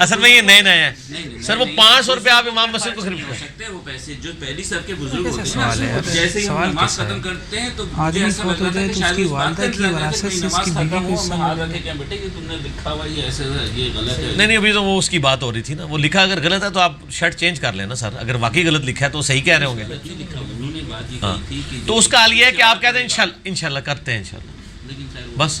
اور دوسرا یہ وجہ جو ہے نا, آپ علماء کی خدمت کریں نا مالی طور پہ, تو آپ امین بھی اونچی کہہ لیں گے. یہ میں آپ کو ٹیکنیکل, اور یہ آپ اس پہ ہنسے نا, یہ نبی علیہ السلام کا طریقہ ہے تالیف قلب کے لیے. جو کمزور ایمان والے لوگ ہیں ان کو زیادہ دینا. صحیح مسلم میں آتا ہے غزوہ حنین کے موقع پر جو حضور کے شروع سے جانسار صحابہ تھے ان کو حضور نے کچھ دیے ہی نہیں ہے, اور ابو سفیان کو 100 اونٹ دے دیے جو نیا تازہ مسلمان تھا, اس کے دل میں ایمان کو بٹھانے کے لیے, تالیف قلب کے لیے. اب انصار کہہ رہے ہیں کہ ابھی تو مہاجرین کے خون بھی ہماری تلواروں سے ٹپک رہے ہیں, اور اس شخص کو دیکھو اس پہ اپنے قبیلے کی محبت غالب آ گئی ہے. نبی علیہ السلام کے بارے میں کہا کلمات کفر ہیں. نبی کے بارے میں بات کرنا, نبی علیہ السلام تک پہنچا, آپ نے کوئی فتویٰ نہیں لگایا کفر کا, کیونکہ 295C اس وقت نہیں بنی ہوئی تھی. آپ صلی اللہ علیہ وسلم نے اس کو انڈورس کیا. آپ نے فرمایا مجھے یہ باتیں پتہ چلی ہیں, تو کیا یار تم اس بات پہ راضی نہیں ہو کہ یہ لوگ دنیا کا مال لے جائیں اور تم اللہ کے رسول کو لے جاؤ؟ میرا جینا مرنا انصار کے ساتھ ہے. کوئی یا رسول اللہ ہم اس کے اوپر راضی ہیں. جو دنیا کا مال چاہنے والے ہیں ان کو دنیا دے دیں آپ, ہم اللہ اور اس کے رسول کو چاہنے والے ہیں. یہ ہر وقت دو کیٹیگری کے لوگ موجود ہوتے ہیں. لیکن میں آپ سے پوچھتا ہوں کہ نبی علیہ السلام کا آپ ظرف دیکھیں کہ نبی علیہ السلام کے اوپر ایک جینون اعتراض تھا, آپ نے اس کو کھلے دل سے سنا, گستاخی کا فتویٰ نہیں لگایا. کہ نیچرل بات تھی کہ انصار نے کہا کہ ہماری تلواروں سے خون ٹپک رہا ہے ان لوگوں کا جن کو ابھی تک ہم اسلام کی خاطر قتل کرتے رہے ہیں. آج جب مال غنیمت آیا تو نواز بھی انہیں کو دیا جنہوں نے آخری وقت پہ کلمہ پڑھ لیا ہے, اور ہم لوگ ادھر کے ادھر ہی ہیں. تو پھر اور نبی علیہ السلام کو بھی کانفیڈنس تھا کہ اس بنیاد پہ ایمان نہیں چھوڑ کے جائیں گے. ان کا تھا کہ یہ بھی نئے نئے آئے ہیں, ان کو ہم انڈورس کر دیں تالیف قلب کے لیے, تو کر دیا. ٹھیک ہو گیا جی, صحیح ہو گیا. ہاں جی امام صاحب کا. وہ جو آگے بزرگ کھڑے ہوتے ہیں بزرگوں کو تو آپ کچھ نہیں کر سکتے, جب امام آپ کے ساتھ ہے سر تو سب آپ کے ساتھ. حدیث مل جائے گی, وہ کہنے گے سرکار ہاں پھر حدیث مل جائے گی. حدیث مل جائے گی. اور وہ اس پہ ایک جینون لطیفہ بھی شیخ زبیلی زئی صاحب نے اپنی ویڈیو میں سنایا تھا, تراوی والا. چلو باقی نے سنا دیے نا, مزہ آئے گا نا. وہ کہتے ہیں وہ کراچی میں ہی کوئی مسجد تھی, وہ کوئی بنوائی کسی نے, اس میں امام مسجد اہل حدیث رکھا انہوں نے, ٹھیک ہے نا جی. اس نے جناب 8 تراوی پڑھائی, وہ بابے آپ کے آگے, انہوں نے کہا یار یہ کیا, ٹھیک ہے. انہوں نے کہا پھر یعنی رمضان کا جب مہینہ آیا تو ان کا تراوی 8 ہو گئی 20, ان کا جس طرح آپ کہیں گے کر لیتے ہیں. ان کا جی ان کا ویسے تو 8 ہیں, لیکن اگر آپ کہیں گے تو 20 پڑھا دیں گے. اور 20 پڑھائی انہوں نے. اہل حدیث نے تو 8 نہیں مک دیا, تو 20 مکیاں ہو گیا. وہ تو قرآن اتنا آہستہ آہستہ پڑھتے ہیں. 2-3 دن تو لوگوں نے 20 برداشت کی, چوتھے دن میرے صاحب نے کہا یار کو 8 والی بھی حدیث ہے. انہوں نے کہا ہاں جی 8 والی بھی حدیث ہے, چلو 8 ہی پڑھا دو پھر. تو وہ مسئلہ ہے کہ یہ بڑا فرق پڑ جاتا ہے. حدیث مل جاتی ہے, پھر حدیث مل جاتی ہے. سر میں آپ کو بتاتا ہوں, آپ کسی ایسے بندے کو جو پاکستان میں کسی ایسی مسجد کا امام ہو جہاں پہ رفع الیدین سے لوگ نفرت کرتے ہیں, اور وہ امام رفع الیدین سے نفرت کرتا ہے, آپ اس کے کان میں جا کے کہیں کہ سعودیہ سے ویزا ہے, 10,000 ریال مہینے کی تنخواہ ہے, لیکن یار وہ پتہ ہے سعودیہ والے طرف الیدین کر دینے, ہاں جی یہ بھی ثابت ہے, وہ چلا جائے گا. آپ یہ چیک کر کے دیکھ لیں, وہ ثابت ہو جائے گا. یہ تو جو چیز بخاری مسلم کی درجنوں حدیثیں نہیں نہ ثابت کر سکتی, پیسہ ثابت کر دیتے. نہیں لیکن یہ ضروری نہیں ہے, بہت سارے مفتی ایسے بھی ہیں کہ جو مطلب اس چیز پہ, وہ جو بہت سارے مفتی ہیں نا سر, ان کو 500 سے فرق نہیں پڑتا, ان کے لیے 5 لاکھ آپ کو لگانا پڑے گا. 5 لاکھ بھی شاید نہیں ہے. اچھا پہلے یہ تھے بہت کمار ہے. پہلے بہت کما رہے ہیں, ظاہر ان کو ضرورت ہی نہیں ہے نا. دنیا کے لیے بھی نہیں ہے, کیونکہ میں بھی جانتا ہوں نا ایسے لوگ. ہاں ٹھیک ہے, اچھی بات ہے. وہ اپنی جیب سے ہی لگا رہے ہوں گے دین پہ, لوگوں سے چندہ نہیں لیتے ہوں گے. وہ پھر لوگ ہی الگ ہیں, وہ لوگ ہی الگ ہیں. ان کے لیے دعا کریں کہ اللہ ان کو مرنے سے پہلے ہدایت دے دے.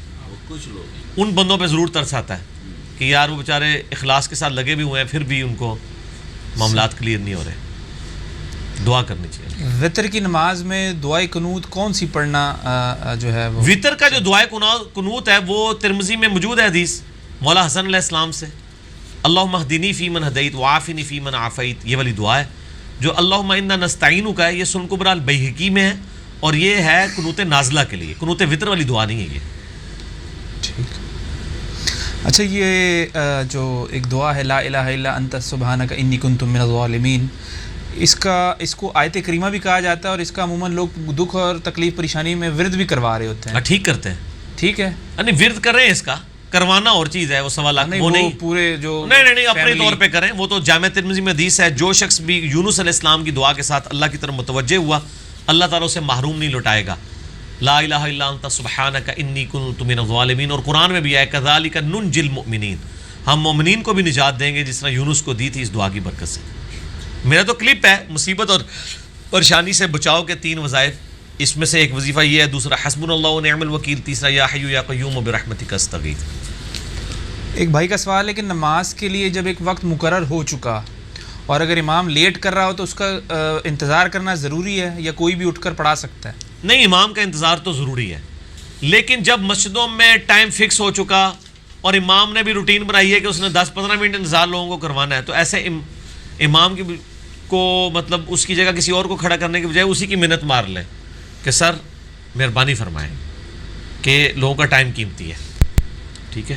ٹھیک ہے. تو اس لیے جو آج کے زمانے میں اماموں کی منت مار لینی چاہیے کہ وہ آئیں. اور امام جو جان بوجھ کے تکبر کر رہے ہوتے ہیں اس حوالے سے کہ امام جب آئے گا تب بھی جماعت کھڑی ہوگی اور وہ جان بوجھ کے لیٹ کرتے ہیں، وہ تو اکثر اپنے حجرے میں بیٹھے ہوتے ہیں، نکل ہی نہیں رہے ہوتے. ٹھیک ہے. اچھا، عورت کا اگر شوہر فوت ہو جائے تو اس شوہر کے جو والدین کی طرف سے اگر کوئی وراثت کا حق ہوتا ہے جو اس کے اوپر ہے، تو وہ عورت حقدار ہے اس کو لینے کے لیے، یعنی کہ اس کی بیوی جس کا انتقال ہو چکا ہے؟ کس کی طرف سے حقدار؟ مطلب شوہر ہو ماں باپ کی طرف سے وراثت میں. کس کے ماں باپ کی طرف سے؟ لڑکا ہسبینڈ اینڈ وائف ہیں، ہسبینڈ جو ہے اس کے ماں باپ کی طرف سے کچھ وراثت ہے.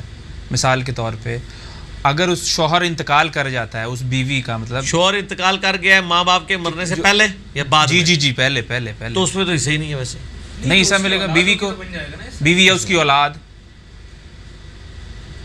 کوئی حصہ نہیں ہے. ایک بندہ ماں باپ کی زندگی میں فوت ہوا ہے، ٹھیک ہے، تو اس کے پوتے پوتی تک نہیں وراثت جاتی ہے، وراثت تو اولاد تک جاتی ہے. چلے مجھ سے تو دین کا مسئلہ یہ پوچھ رہے ہیں. ٹھیک مسئلہ وراثت پہ 22 نمبر مسئلہ دیکھ لیں. ٹھیک ٹھیک ہو گیا. ٹھیک ہو گیا جی.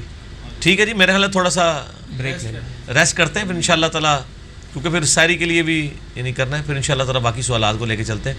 سبحانک اللہم و بحمدک اشہد ان لا الہ الا انت استغفرک و اتوب الیک. انشاءاللہ باقی بعد میں کرتے ہیں. وما علینا الا البلاغ. ہاں جی زبیر بھائی شروع کریں، اللہ کا نام لے کے آپ کے جو کوشچن سامنے لے کے آئیں انشاءاللہ. اعوذ باللہ من الشیطان الرجیم، بسم اللہ الرحمن الرحیم، الحمدللہ رب العالمین والصلاة والسلام علی رسولہ الکریم محمد وعلی آلہ واصحابہ اجمعین. رب اشرح لی صدری ویسر لی امری واحلل عقدۃ من لسانی یفقہوا قولی. آمین. علی بھائی آپ سے پہلا سوال یہ ہے کہ کیا قرآن کی روح سے انسان اشرف المخلوقات ہے؟ ادی ان الفاظ کے ساتھ تو قرآن حکیم میں کوئی نہیں ملتی چیز. ایک جو آئی نا سورہ والتین میں، لقد خلقنا الانسان فی احسن تقویم، ہم نے انسان کو بہترین اٹھان کے اوپر اٹھایا ہے. تو یہ ایک تعریفی کلمات ہے.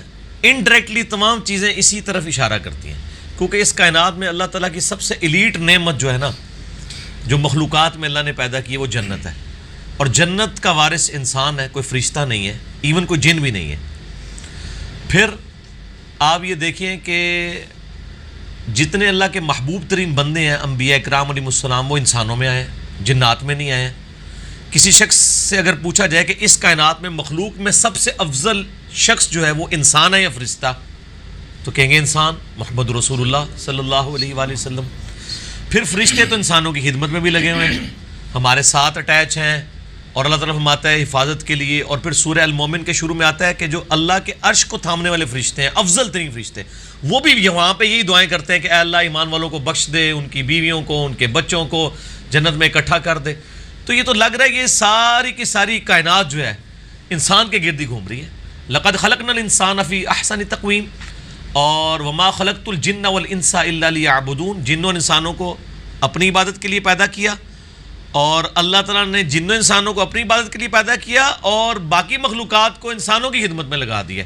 سورج، چاند، ستارے، زمین، ساری نعمتیں.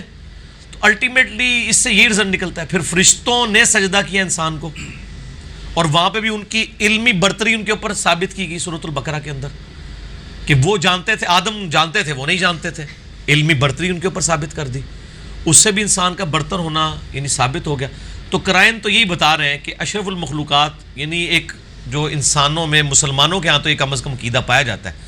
تو اس کو تو عملی تواتر بھی حاصل ہے اور قرآن و سنت کی سپورٹ بھی حاصل ہے. اس کے خلاف تو ہمیں کوئی چیز نہیں ملتی ہے. نہیں، آپ کے دو محترم ترین استاد جو ہیں نا، جس میں مولانا اسحاق بھی ہیں اور یہ غامدی صاحب بھی ہیں، ان دونوں کا موقف آپ سے بالکل ڈیفرنٹ ہے. وہ یہ دلیل پہ بات کریں، موقف چھوڑ دیں. وہ کہتے ہیں کہ سورہ اسراء میں اگر ذکر ہوا ہے نا انسان کا، تو اس میں یہ ذکر ہوا ہے کہ بہت سی مخلوق پر ترجیح دی گئی، انسان کو بہت سی مخلوق سے افضل بنایا گیا، لیکن یہ کہیں بھی نہیں آیا کہ اشرف المخلوقات. ہم نے دیکھیں کورالریز بنا کے نا ابھی تک یہی ثابت کیا کہ انسان سے اوپر کوئی نہیں ہے. جنت کا وارث انسان، کائنات کی سب سے ایلیٹ نعمت مخلوقات میں جنت، اس کا وارث کون؟ انسان. اچھا، اللہ تعالیٰ کے قریبی ترین جو فرشتے ہیں ان میں جبرائیل علیہ السلام ٹاپ پہ، وہ کس کو سجدہ کر رہے ہیں؟ انسان کو، ٹو باؤ ڈاؤن کر رہے ہیں نا. ابلیس کو تو یہ بات سمجھ آ گئی تھی نا. ابلیس کیوں اکڑا ہے؟ اس نے کہا حقدار میں تھا، اس کو مجھے مجبور کیا ہے. یعنی ان کو پتہ چل گیا تھا کہ حضرت آدم علیہ السلام کو صرف سجدہ نہیں کرنا، صرف ایک پریڈ نہیں ہو رہی ہے، بلکہ اللہ تعالیٰ نے وہ جو ٹائٹل تھا نا اشرفیت کا، وہ اس کے سر پہ رکھ دیا. تبھی تو اس نے کہا نا میں یہ مٹی سے پیدا ہوا، میں آگ سے، تو مجھے اس کے، وہ سجدے کا مطلب کیا سمجھ رہا تھا؟ کہ مجھے اس کے آگے جھکا کے اس کی افضلیت منوائی جا رہی ہے. سر افضلیت نہ منوا رہی ہوتی اس کو کیا تکلیف تھی؟ اس نے یہ تو نہیں کہا کہ یا اللہ تیرے علاوہ کسی کو سجدہ نہیں، میں اس لیے نہیں کروں گا. اس نے یہ کہا اس کو تو نے مٹی سے بنایا، میں اس سے بہتر ہوں. ٹھیک ہے، تو جب میں بہتر ہوں تو میں اسے سجدہ کیوں کروں؟ اس کو پتا تھا سجدہ کرنے کا مطلب یہ ہے کہ اس کی برتری میرے اوپر ثابت کی جا رہی ہے. وَنَفَخْتُ فِيهِ مِن رُوحِي، یہ کتنی بڑی فضیلت انسان کو دی گئی ہے. تو الٹیمیٹلی ہر چیز ثابت کر رہی ہے. اب جو کہہ رہے ہیں نا کہ انسان مخلوقات میں باقی مخلوقات سے نیچے ہے، دلیل وہ لے کے آئے. ہم نے تو ہر ایک قرائن سے ثابت کر دی کہ وہ باقی مخلوقات سے بہتر ہے. دیکھیں بڑی بڑی مخلوقات آپ کے علم میں کیا ہے؟ جن، فرشتے اور انسان. چوتھی تو کوئی مخلوق نہیں ہے نا. آپ یہ تو نہیں کہیں گے نا ویل مچھلی بہتر ہو سکتی ہے، جانور تو سارے نیچے آ گئے. ان تینوں میں سے آپ کمپیئر کر لیں کہ جنت کا وارث کون ہے، مخلوقات کا امام کون ہے. وہ سب کے سب انسانوں کی کیٹیگری. معراج کس کو کرائی گئی؟ انسان کو. اچھا، اس سے بڑی بات مجھ سے، میں ٹیکنیکلی سپیکنگ، دو مختلف لوگ ہیں. ایک وہ آدمی ہے جو اپنی چوائس سے اپنے رب کو چوز کرتا ہے، جبکہ اس کے سامنے خدا کے مخالف کا راستہ بھی موجود ہے اور وہ اٹریکٹ فل بھی زیادہ ہے، لیکن وہ اپنے نفس پہ قابو پا کے خدا کا راستہ اختیار کرتا ہے. کیا وہ بندہ اس بڑی ول کے ساتھ مقام حاصل کرے گا، یا وہ شخص جس کے سامنے برائی کا راستہ نہیں، اس کے پاس دوسری چوائس ہی کوئی نہیں ہے خدا کو چوز کرنے کے سوا؟ اس کے ایمان کو آپ بڑا ایمان کہیں گے یا اس کے؟ ظاہر وہ تو یہ تو انسان کے پاس ہے. میں کہتا ہوں جبرائیل علیہ السلام کے پاس وہ دولت نہیں ہے جو ہمارے اور آپ کے پاس موجود ہے کہ ہم اپنی چوائس سے اپنے رب کو چوز کرتے ہیں. یہ چیز ہمیں ممتاز کرتی ہے فرشتے سے بہتر انسان بننا، مگر اس میں لگتی ہے محنت زیادہ. وہ کیوں کہا گیا؟ وہ اسی لیے کہا گیا. اچھا، پھر روح امین جو فرشتوں کے سردار ہیں، اور فرشتے لیلۃ القدر میں سکینت نازل کر رہے ہیں کس کے اوپر؟ انسانوں کے اوپر. ہر چیز انسان کے گرد گھوم رہی ہے، ہر چیز انسان کے گرد گھوم رہی ہے. اگر فرشتے گھوم رہے ہیں تو باقی تو کسی مخلوقات کا کوئی لینا دینا ہی نہیں ہے. اور یہ نہ کہ تمام مخلوقات ہے کتنی ہے جو افضلیت کی کیٹیگری میں فال کرتی ہیں. عقل جن کو دی گئی ہے وہ تین ہی ہے، انسان، جن اور فرشتے. چوتھی تو مخلوق ہی کوئی نہیں ہے. اگر آپ کے علم میں ہے تو بتائیں. نہیں، ایک حدیث ملتی ہے نا جس میں آپ نے کلپ بھی ڈالا تھا، جس میں 7 محمد 7 زمین 7 آسمان. وہ تو روایت ہی جعلی ہے نا وہ، لیکن سر روایت ہی جعلی ہے. جب روایت جعلی ہے تو آپ ایک کنسیپٹ خود بنا رہے ہیں نا. روایت ہی جعلی ہے، روایت ہی جعلی. اچھا، یہ بتائیے منقطع روایت ہے کہ قرآن و حدیث اس میں بھی 7 اگر محمد اور 7 زمینیں ہیں تو وہ 7 محمد ہیں تو ظاہر ہے کہ وہ انسان ہی ہے. تو پھر بھی بات وہی آ جائے گی، اینڈ رزلٹ تو وہی رہے گا نا. 7 کو 1 بنا لیں، 1 کو 7 بنا لیں. یا تو ہونا کہ وہ محمد جو ہے وہ کسی اور مخلوق سے تعلق رکھتے ہیں، انسان سے تعلق نہیں رکھتے. تو الٹیمیٹلی تو وہی بات ہے. اچھا انسان ہی کلائمیکس. اچھا قرآن و حدیث کا مطالعہ کیا جائے تو ہمیں معصوم کا ورڈ کہیں نظر نہیں آتا, تو پھر ہم نبیوں کو معصوم کس عقیدے کی بنا پر کہتے ہیں؟ پہلی تو بات ہے کہ معصوم کا مطلب کیا ہے. عصمت کہتے ہیں یعنی حفاظت کو. معصوم کا عقیدہ یہ ہے کہ نبی اللہ کی حفاظت میں ہوتے ہیں, تو یہ بات تو ٹھیک ہے. سورہ یوسف میں ہے نا کہ یوسف بھی اس عورت کا قصد کر لیتا اگر اپنے رب کی برہان نہ دیکھتا. یہ بندے کو پاگل کر دینے والی بات ہے کہ یوسف جس نے ماں کی نظر سے ایک عورت کو دیکھا ہے, اور اللہ تعالیٰ فرما رہا ہے کہ جب وہ عورت اس کو اپنی طرف بلانے لگی تو وہ اپنی ماں کے بارے میں, ظاہر ہے منہ بولی ماں ہو یا دوسری ماں ہو, بال پرورش تو اسی نے کی ہے نا, اسے تو ہمیشہ ماں کی نظر دیکھا ہے. یعنی یہ شہوت والا ایشو اتنا بڑا ہے کہ اللہ تعالیٰ فرما رہا ہے وہ بھی یوسف بھی قصد کر لیتا اس عورت کا اگر اللہ کی برہان نہ دیکھتا. تو اللہ کی برہان کا مطلب ہے اللہ نے خاص اسپیشل پروٹیکشن ان کو دے دی. یہی پروٹیکشن ہے جو نبیوں کے ساتھ ہے. اس لیے کہا گیا نبی اللہ کے مخلص بندے ہیں. ہم مخلص ہیں, اخلاص شو کرتے ہیں اللہ کے لیے. مخلص جسے اللہ اپنے لیے خالص کر لے وہ صرف انبیاء ہیں, تو اللہ تعالیٰ ان کی حفاظت کر لیتا ہے. حضرت یوسف کی حفاظت کی نا, کر لی. اسی طریقے سے انہی چیزوں کی بنیاد پہ یہ عقیدہ ڈیڈکٹ کیا گیا کہ جو انبیاء ہیں یہ اللہ کی اسپیشل پروٹیکشن میں ہیں, اس لیے ان سے گناہ نہیں سرزد ہوتا. رہی لغزش, اجتہادی خطا, دو اچھی چیزوں میں سے کم اچھی چیز کو اڈاپٹ کرنا, نبی کے اعتبار سے وہ لغزش شمار ہوتی ہے, ہمارے لحاظ سے تو وہ دونوں چیزیں نیکیاں ہی ہوتی ہیں. اس حوالے سے انبیاء سے لغزشیں ہوئی ہیں. حضرت موسیٰ علیہ السلام سے بندہ مر گیا, قرآن میں آیا, توبہ کی انہوں نے. حضرت نوح علیہ السلام نے کافر بیٹے کے لیے دعا کر لی, حالانکہ نبی کے شایان شان نہیں ہے, اس کو تو پتہ ہے کہ کافر کے لیے دعا نہیں ہو سکتی, معاف کر دیا اللہ نے, توبہ کی انہوں نے. ابراہیم علیہ السلام نے. پھر حدیث شفاعت بخاری مسلم میں آتی ہے کہ کیا تمام نبی اپنی اپنی غلطیوں کو, لغزشوں کو یاد کریں گے, گناہوں کو نہیں, غلطی اور لغزش, اور کہیں گے نفسی نفسی, اور میں کہوں گا انا لہا. اور وہ بھی کیوں کہ بخاری میں الفاظ ہے کہ حضرت عیسیٰ ابن مریم کہیں گے کہ جاؤ تم محمد رسول اللہ کے پاس, اللہ نے ان کی اگلی اور پچھلی لغزشیں معاف کر دی ہیں صلی اللہ علیہ وآلہ وسلم. اچھا یہ جو اور نبی علیہ السلام کی لغزشوں کا ذکر تو قرآن میں بھی ہوا ہے, 4 لغزشیں تو قرآن میں آئی ہیں. میں نے عصمت انبیاء کے عقیدے پہ شبہات کا تحقیقی جائزہ مسئلہ 88A اور B ریکارڈ کروایا. عصمت انبیاء کا عقیدہ جو عوام الناس کو بتایا گیا وہ بالکل جعلی عقیدہ ہے. عوام الناس یہ سمجھتے ہیں کہ انبیاء روبوٹ ہیں, وہ غلطی کر ہی نہیں سکتے, ان کے اندر غلطی کا مادہ ہی نہیں ہے. سر اگر ان میں غلطی کرنے کا مادہ موجود نہ ہو اور وہ غلطی سے بچے تو یہ تو ان کا کمال ہی کوئی نہیں ہے. کمال تب ہے کہ مادہ بھی موجود ہو, اختیار بھی موجود ہو, اللہ کے خوف کی وجہ سے بچ جائے. تو یہی تو ہے. اگر مادہ نہ ہو تو نبی علیہ السلام حضرت یوسف علیہ السلام کے بارے میں کیوں آتا کہ اس نے یوسف کا قصد کیا, زلیخا نے یوسف بھی اس کا قصد کر لیتا اگر اللہ کی برہان نہ دیکھتا. اس کا مطلب ہے یوسف کے اندر کمپیٹنسی کیپیبلٹی تھی اس میں مبتلا ہونے کی, روبوٹ نہ ہوئے. عام لوگ یہ سمجھتے ہیں انبیاء روبوٹ ہیں. اچھا پوچھیں حضرت آدم نے وہ پھل کھا لیے تھے, وہ سب کو پتہ ہے, تو پھر یہ کیا تھی, غلطی نہیں تھی؟ سارے انبیاء کی غلطیاں ہیں, لغزشیں ہیں, گناہ نہیں ہیں. نبی علیہ السلام کے بارے میں جو غزوہ بدر کے قیدیوں کو رہا کر دیا اس پہ آیا, پھر غزوہ تبوک پہ آپ نے جو منافقین کو بہانوں پہ چھوڑ دیا اس پہ آیا, پھر سورہ ال عمران میں تو بڑے سخت الفاظ ہیں. نبی علیہ السلام کی جو زبان سے دعائے ضرر نکل گئی تھی خالد ابن ولید کے لیے کہ اللہ ایسی قوم کو کیسے ہدایت دے گا جنہوں نے اپنے نبی کا چہرہ جو خون سے رنگ دیا. صحیح مسلم میں آتا ہے, اور قرآن میں آیا کہ اے نبی آپ کو ان کا کوئی اختیار نہیں ہے, اللہ چاہے تو ان کو بھی معاف کر دے. ٹھیک ہے نا. تو اس طرح قرآن میں بھی کئی ایک واقعات موجود ہیں جو بتا رہے ہیں کہ انبیاء سے لغزش ہوتی ہے. لیکن انا فتحنا لک فتحا مبینا, جب یہ آیات نازل ہوئیں تاکہ اللہ تعالیٰ آپ کی اگلی اور پچھلی لغزشیں معاف کر دیں, گناہ نہیں, آپ اس کو بغاوت نہیں کہیں گے, لغزشیں. ٹھیک ہے, اس میں میرا کلپ بھی ہے, رپلائی ٹو احمد بریلوی آن سورہ فتح آیت نمبر 2, لاکھوں لوگ دیکھ چکے. اچھا اسی کانٹیکس میں ہم یہ تو سمجھتے ہیں نا کہ انبیاء علیہ الصلوۃ والسلام بھی اللہ تعالیٰ کے سامنے اکاؤنٹیبل ہے. اکاؤنٹیبل ہے, کیوں اکاؤنٹیبل ہے نا. اچھا پھر مجھے یہ بتائیے کہ کیا صحابہ کے دور میں یہ ورڈ جو ہے نا معصوم, یہ بولا جاتا تھا؟ نہیں بولا جاتا تھا, یہ بعد میں ساری فقہ کی ٹرمنالوجیز ہیں. یہ زیادہ ایشوز ہیں عباسی دور کے اندر, جب معتزلہ کا ایک ایشو اٹھا, وہاں سے یونان سے فلسفے کی کتابیں ترجمے ہو کے عربی میں یہاں آئیں, یہاں پہ بحثیں شروع ہو گئیں, اللہ کی اسماء و صفات کی بحثیں شروع ہو گئیں کہ اللہ کی کرسی کیا ہے, اللہ کا عرش کیا ہے. اس کو اب وہ ظاہر ہے کہ وہ جس طرح آج سائنس کا دور ہے اس وقت فلسفے کا دور ہوتا تھا. سائنس فلسفے کی جائز اولاد ہے, لیکن فلسفے اور سائنس کو کمپیئر کریں نا تو جہالت کا پلندہ ہے فلسفہ, اور علم کا ایپیکس ہے سائنس.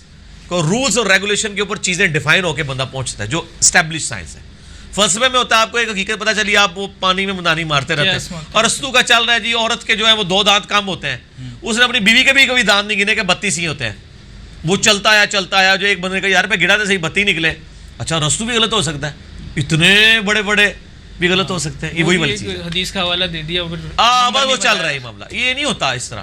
تو یہ یعنی معصوم کے یہ ورڈ یہ فقہ کی ٹرمز ہیں, حدیثوں میں نہیں. نبیوں کے بارے میں صرف یہ عقیدہ ہے کہ نبی پیدائش سے لے کے وفات تک اللہ کی حفاظت میں ہوتے ہیں, کہ اللہ کے خوف کی وجہ سے اللہ تعالیٰ ان کو گناہوں سے بچا کے رکھتا ہے. بس اس سے زیادہ نہیں ہے کہ نبی ریوارڈ نہیں ہے, نعوذ باللہ. نبیوں سے لغزش بھی ہو سکتی ہے, کئی لغزشیں قرآن میں ذکر ہوئی ہیں, میں نے بتا دی ہیں. معصومیت کا عقیدہ یہ نہیں ہے کہ نبی سے غلطی نہیں ہو سکتی. معصومیت کا مطلب ہے کہ نبی گناہ نہیں کر سکتے.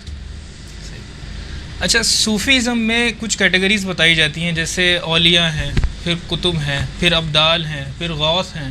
تو یہ ساری کیٹیگریز کس نے ڈیفائن کی؟ یہ انہوں نے کی ہے سر, جنہوں نے اپنے سلسلے ڈیفائن کیے, جنہوں نے اپنی جماعتوں, جیسے آپ کو ایک اس کو ہرارکی کہا جاتا ہے نا, جیسے کہا گیا ایک چیف منسٹر ہے, ایک سیکٹری ہے, فلاں وزیر ہے, یہ انہوں نے اپنی ہرارکیاں خود بنائی ہیں. قرآن و سنت میں اس کے کوئی الفاظ نہیں. ابدال کا ذکر ہے, اور میرا ایک یوٹیوب پہ کلپ رکھا ہوا ہے. کیا اللہ کے صحیح ولی کون ہے, اور کیا اہل حدیث کی وجہ سے رزق دیا جاتا ہے؟ ابدال والی جو حدیث ہے نا مستدل حاکم میں, کہ شام میں 40 ابدال ہیں جن کی وجہ سے اللہ تعالیٰ لوگوں کو رزق دیتا ہے, وہ تو بخاری مسلم میں بھی ہے کہ اللہ کے کئی نیک بندے ایسے ہیں جن کی وجہ سے اللہ تعالیٰ باقی لوگوں کو رزق دے رہا ہوتا ہے. اور وہ پرانگدہ بال ہیں, کسی مجلس میں چلے جائیں لوگ ان کو پوچھتے نہیں ہیں. اس میں یہ نہیں ہے کہ نانگے پیر ہیں, پرانگدہ بال ہیں. کپڑے اتارنے والا کوئی ولی نہیں ہے قرآن و حدیث میں. اور میں نے وہ ثابت کیا کہ وہ لوگ کون ہیں جو قرآن و سنت پہ چلنے والے ہیں اور مفلسی ہے ان کے اوپر. اور میں نے امام ترمذی کے کامنٹس بتائے ہیں کہ وہ ابدال 40 شام میں ہوں گے, ہوا اہل الحدیث, وہ اہل حدیث میں سے ہوں گے. تو میں نے کہا اب آمدہ سے ابدال والی حدیث نہیں پیش کریں گے. یہ میرا کلپ چڑھا ہوا ہے سر, ہزاروں لوگ دیکھ چکے ہیں. مسئلہ 131D کا یہ کلپ ہے کہ کیا اہل حدیث کی ایسا رزق دیا جاتا ہے, اللہ کے ولی کون ہے کہ جو اللہ پر قسم کھا لیں. وہ تو امام ترمذی نے لکھ دیا کہ وہ اہل الحدیث ہیں, ابدال اہل الحدیث ہے. اب اہل حدیثوں سے آپ پوچھ لیں کہ ابدال کا مطلب کیا ہے, وہ آپ کو بتا دیں گے.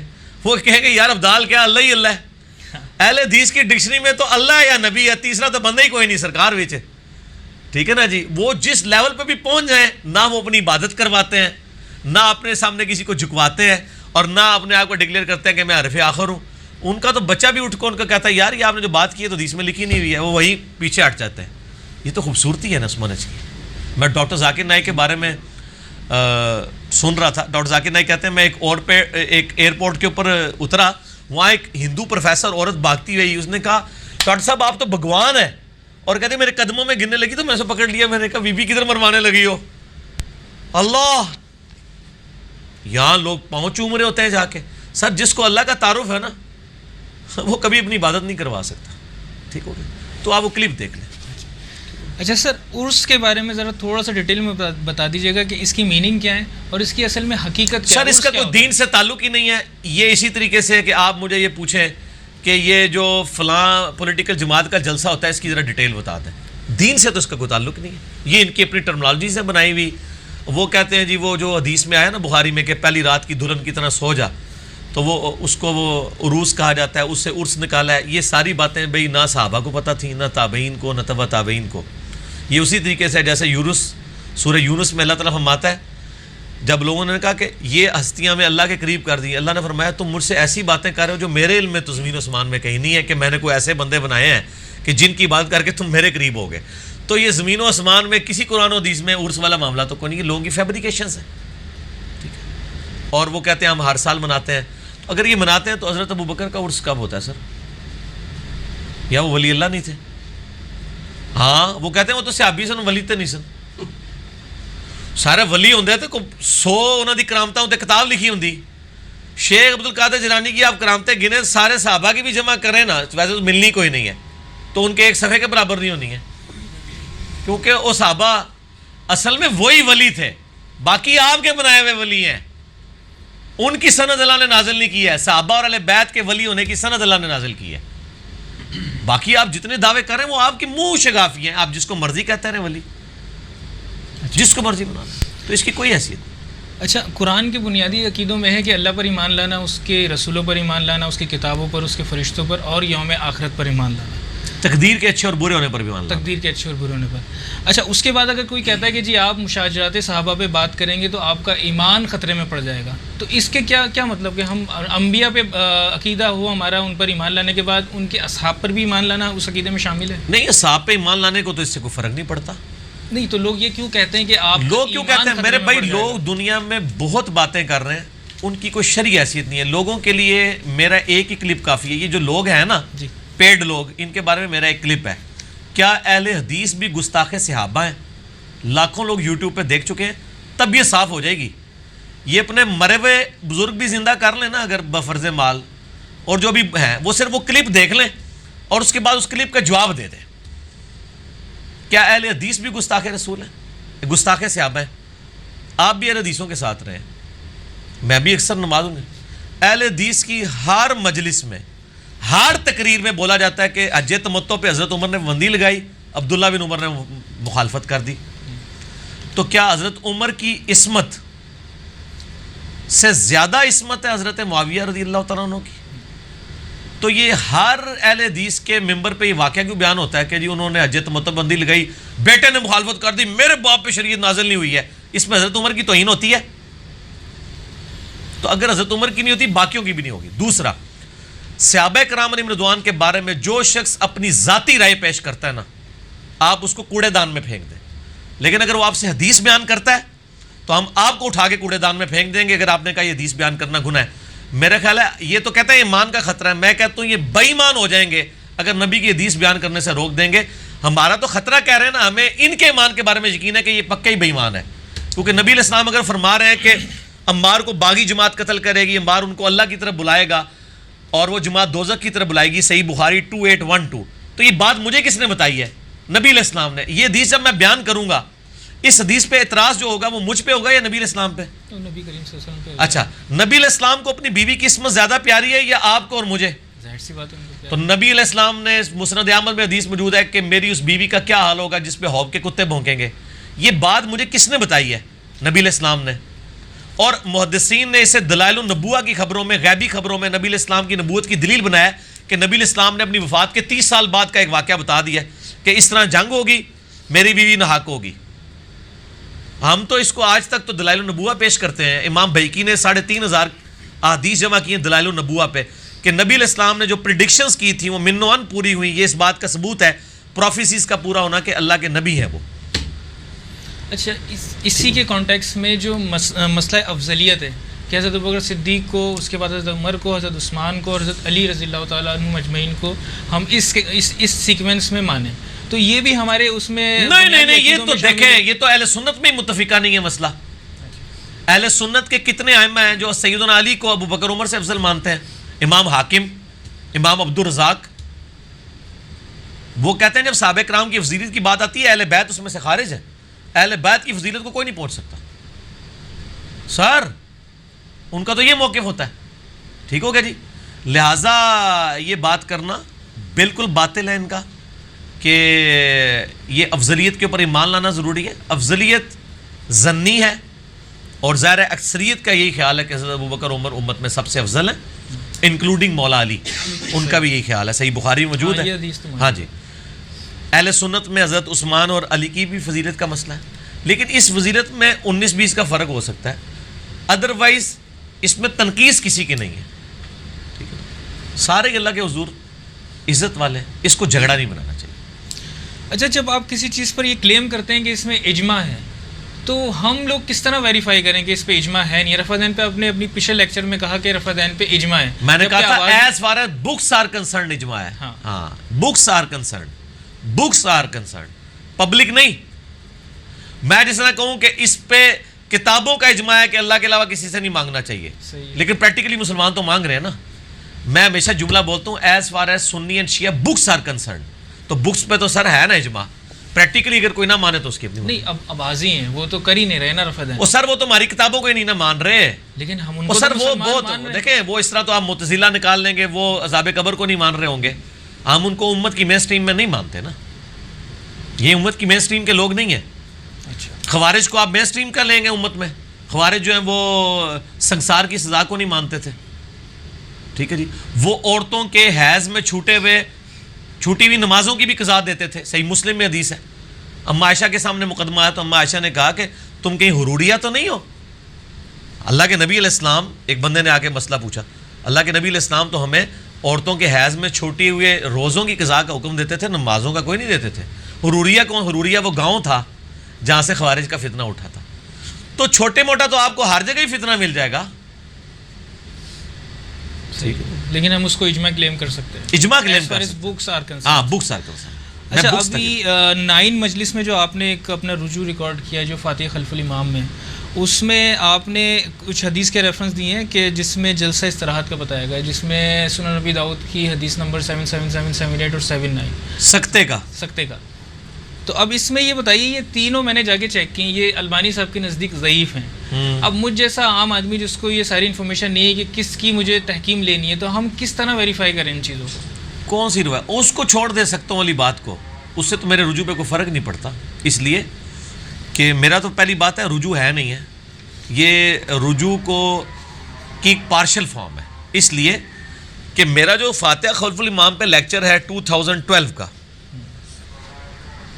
یا 13 کا، یہ مسئلہ 84، میں نے اس وقت بھی کہا تھا کہ اہل حدیث بھی غلط ہے، حنفی بھی غلط ہے. میں نے اس وقت بھی کہا تھا کہ قرآن جب امام پڑھ رہا ہو آپ نے سننا ہے اور سختوں میں پڑھنا ہے. میں آج بھی یہی کہتا ہوں. سری نمازوں کا میں اس وقت بھی کہتا تھا، آج بھی کہتا ہوں. یہ جو میں نے بتایا کہ یہ مقیم کی نماز مسافر کے پیچھے جو ان کا لطیفہ ہے، یہ میں نے اس لیکچر میں بھی سنایا تھا، آج بھی سنایا. آج ذرا زیادہ مزہ آیا ہے کیونکہ ایچ ڈی ریکارڈنگ تھی نا. ایچ ڈی ریکارڈنگ سے بڑا فرق پڑتا ہے.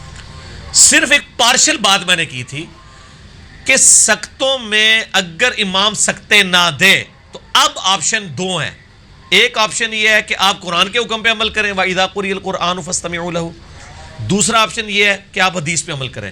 اور قرآن اور حدیث میں سے بہتر ہے کہ آپ قرآن کی طرف جائیں. اور پھر میں نے اس کس بورڈ میں بتایا تھا کہ جاری نمازوں کے بارے میں امت کی اکثریت کا موقف ہے کہ جاری نمازوں میں یہ ٹالرنس موجود ہے. امام مالک کا بھی میں نے کال موتا، امام مالک کھول کے آپ نے پڑھی ہے. مسلم شریف کی 3 حدیثیں اوپر تلے لے لیں، یہ ابو داؤد کی تو چھوڑے. وَإِذَا قَرَأَ فَأَنصِتُوا. امام اس لیے بنایا جاتا ہے کہ تم اس کی پیروی کرو، جب اللہ اکبر کہے تم اللہ اکبر کہو، جب وہ قرات کرے تم خاموش رہو، اور جب وہ غیر المغضوب علیہم ولا الضالین کہے تو تم آمین کہو. تو کلیئر ہو گیا. یہ مسلم کی 3 حدیثیں، اس سے ہی ثابت ہو گیا. راز سکتا تو وہ للامام سکتتان، امام کے لیے 2 سکتے ہیں، تم ان میں غنیمت سمجھو. یہ میں نے اس میں بتایا تھا. اور میں نے امام بخاری کا موقع بتایا تھا کہ سلف سکتے کرتے تھے. امام بخاری خود بہت بڑی دلیل ہے نا، وہ تو سارے دلائل کے ساتھ لے کے آ رہے ہیں نا. انہوں نے کتاب کا ٹاپک یہی بنایا کہ جی قرآن کہتا ہے کہ قرآن پڑھا جائے خاموش رہو، حدیث کہتی ہے کہ تم فاتحہ کے بغیر نماز نہیں ہوتی، لا صلاۃ لمن لم یقرأ بفاتحۃ الکتاب. اور قرآن کہتا ہے وَإِذَا قُرِئَ الْقُرْآنُ فَاسْتَمِعُوا لَهُ وَأَنصِتُوا لَعَلَّكُمْ تُرْحَمُونَ. تو ان کا تطبیق یہ ہے کہ سلف سکتے کرتے تھے. تو سختوں کو تو عملی تواتر بھی حاصل ہے نا جی، سکتے تو ہیں، موجود ہیں. اچھا، اسی لیکچر میں آپ نے یہ کہا تھا کہ رکوع کے اندر رکعت مل جاتی ہے. میں نے نہیں کہا مل جاتی ہے. میں نے کہا تھا میرا یہ موقف نہیں ہے، یہ امت میں موقف اکثریت کا ہے. میں اس کا قائل نہیں ہوں سر. مجھے اپنے میرے ساتھ بات کرنی ہے تو میرے کلپس کا سب سے بڑا حافظ میں خود ہی ہوتا ہوں. میرے کرٹک بھی اتنے نہیں ہوتے ہیں. چھوٹے سے جملے سے محرم سے مجرم بن جاتا ہے. یہ میں نے کہا ہی نہیں. اچھا نہیں، اس میں کیونکہ پہلے آپ سے سوال کیا میرا خیال ہے آپ میرا کلپ دوبارہ دیکھ لیں. اچھا صحیح، چھوڑ دیں اس کو. اچھا، اگر نکاح نامے کے اندر یہ شرط رکھی جائے کہ عورت کو طلاق کی اجازت دی جاتی ہے یا اس کو اس کا بدعت ہے جی ایسی شرط رکھنا، کیونکہ عورت کو طلاق کی نہیں، اللہ نے خلا کی اجازت دی ہے، اور وہ بغیر وجہ کے بھی خلا لے سکتی ہے. آخرت میں عذاب بھگتے گی، دنیا میں اس کا خلا اسٹیبلش ہو جائے گا. طلاق، رجوع، خلا یوٹیوب پہ لکھیں، میرا کلپ کھل جائے گا. وہ آپ لوگوں کے ساتھ ہی ہے، سارے مسئلے بیان کیے اس میں. اچھا، 2 بھائیوں نے آپس میں مل کر کوئی جائیداد خریدی اور وہ کر دی والد کے نام. اب والد کا انتقال ہو گیا تو باقی دیگر جو بہن بھائی ہیں ان میں جائیداد تقسیم ہوگی یا نہیں؟ اخلاقاً تو نہیں ہوگی، لیکن قانوناً ہوگی، کیونکہ باپ کے نام پہ. باپ کے نام؟ ہاں قانوناً ہوگی. اخلاقاً تو جن کا وہ جو مالا. لیکن جب میں اس میں ایک اور دوسری بات, جب وہ اپنے باپ کے نام کروا رہے تھے اس وقت کیا نیت کر رہے تھے کہ ہم باپ کو گفٹ کر رہے ہیں؟ پہلے تو یہ بتائیں. احتراماً کری تھی. نہیں, احترامن سے مراد کیا احترام ہے؟ وہ یہی چاہ رہے ہیں کہ یہ مالک ہے. یہ احترام ہے کہ ابا جی جدو تسی مرو گے نا تو اسی واپس لے لینی جے. اس میں یہ شامل تھا؟ ابے کو بتایا تھا انہوں نے اس وقت یہ؟ نہیں. ہاں, تو پھر وہ اس میں بہن بھائیوں کو بھی حصہ ملے گا. بہن بھائیوں کے ظاہر ہے وہ انہوں نے باپ کو گفٹ کر دی نا, واپس نہیں لیں گے سر. بلکہ اس وقت یہ کہتے ہیں نا ابا جی تھوڑے نہ احترامن کر رہے ہیں, ویسے تھوڑے مرنے کا انتظار کر رہے ہیں, تو انہوں نے کہا رکھ اپنے کول. تو وہ احترامن نہیں کی, وہ واقعی باپ کے نام ہی کی ہے. تو باپ مالک ہے, بہن بھائیوں کو حصہ ملنا چاہیے. ٹھیک ہو گیا. اچھا, رمضان میں سحری کے وقت ڈھول بجا کے بہت سے لوگ اٹھاتے ہیں نا, تو اہل حدیث پہ اعتراض کرتے ہیں کہ یہ بدعت ہے, تو اس کے بارے میں آپ کا کیا موقف ہے؟ وہ کیا کہتے ہیں ڈھول کی بجائے کسی اور طریقے سے اٹھایا جائے, کوئی اور طریقہ اپنایا جائے تو ٹھیک ہے, کوئی اور طریقہ اڈاپٹ کر لیں. وہ شاید سحری کے وقت اٹھانے کو بدعت کہہ رہے ہوں گے. تو سحری کے وقت اٹھانے کے لیے سنت طریقہ اذان ہے. حضرت بلال اذان دیتے تھے سحری میں اٹھانے کے لیے, اور عبداللہ ابن ام مکتوم جو ہے وہ ختم سحری کی اذان دیتے تھے. تو اذانیں پھر سپیکروں میں ہونی چاہیے, پھر سپیکر بھی اونچے ہونے چاہیے, زیادہ ہونے چاہیے. ٹھیک ہے نا. تو یہ ایک طریقہ ہے. اب تو میرا خیال ہے ان چیزوں کی ایسا جو اس طرح ضرورت نہیں رہی ہے, مستحبات میں سے ہی ہیں. اب تو الارم لگا کے اٹھا لیتے ہیں. باقی کلچرل کسی علاقے میں اگر کوئی دروازہ کھٹکھٹا کے یہ کر لیتا ہے, اس کو کلچرل ایکٹیویٹی رہنا چاہیے, اس کو بدعت کا فتویٰ نہیں لگانا چاہیے. اچھا, کئی سوالات میں علی بھائی آپ جواب نہیں دیتے, وہ یہ کہتے ہیں کہ سوشل ایشوز ہیں, تو سوشل ایشوز بھی تو دین کا حصہ ہیں نا سر. یہ تھیوریٹیکل بات ہے, آپ وہ سوال لے کے آئیں, پھر میں بتاؤں گا میں نے یہ لفظ کیوں بولا تھا. اچھا, ہاں, وہ میں آپ کو پھر میں ایک مثال دیتا ہوں. ایک بندہ کہتا ہے جی میں یہ کر رہا ہوں, میرا ابا نہیں مان رہا. تو میں کہتا ہوں ابے منا, وہ کہتا نہیں مان رہا, میں کیا کراں؟ تو میں کیا بتاؤں؟ صحیح, سوشل ایشو ہو گیا. دینی سلوشن ہم دیں گے. ایک بندہ کہتا ہے جی میں, ایک عورت کہتی ہے میں اپنے خامن سے کھلا لینے چاہ رہی ہوں, مجھے نہیں دے رہا. ٹھیک ہے, میں اس کو کہوں گا عدالت سے رجوع کر. وہ کہتی ہے جی یہاں تو عدالت ہی کو نہیں, میں کیا کروں؟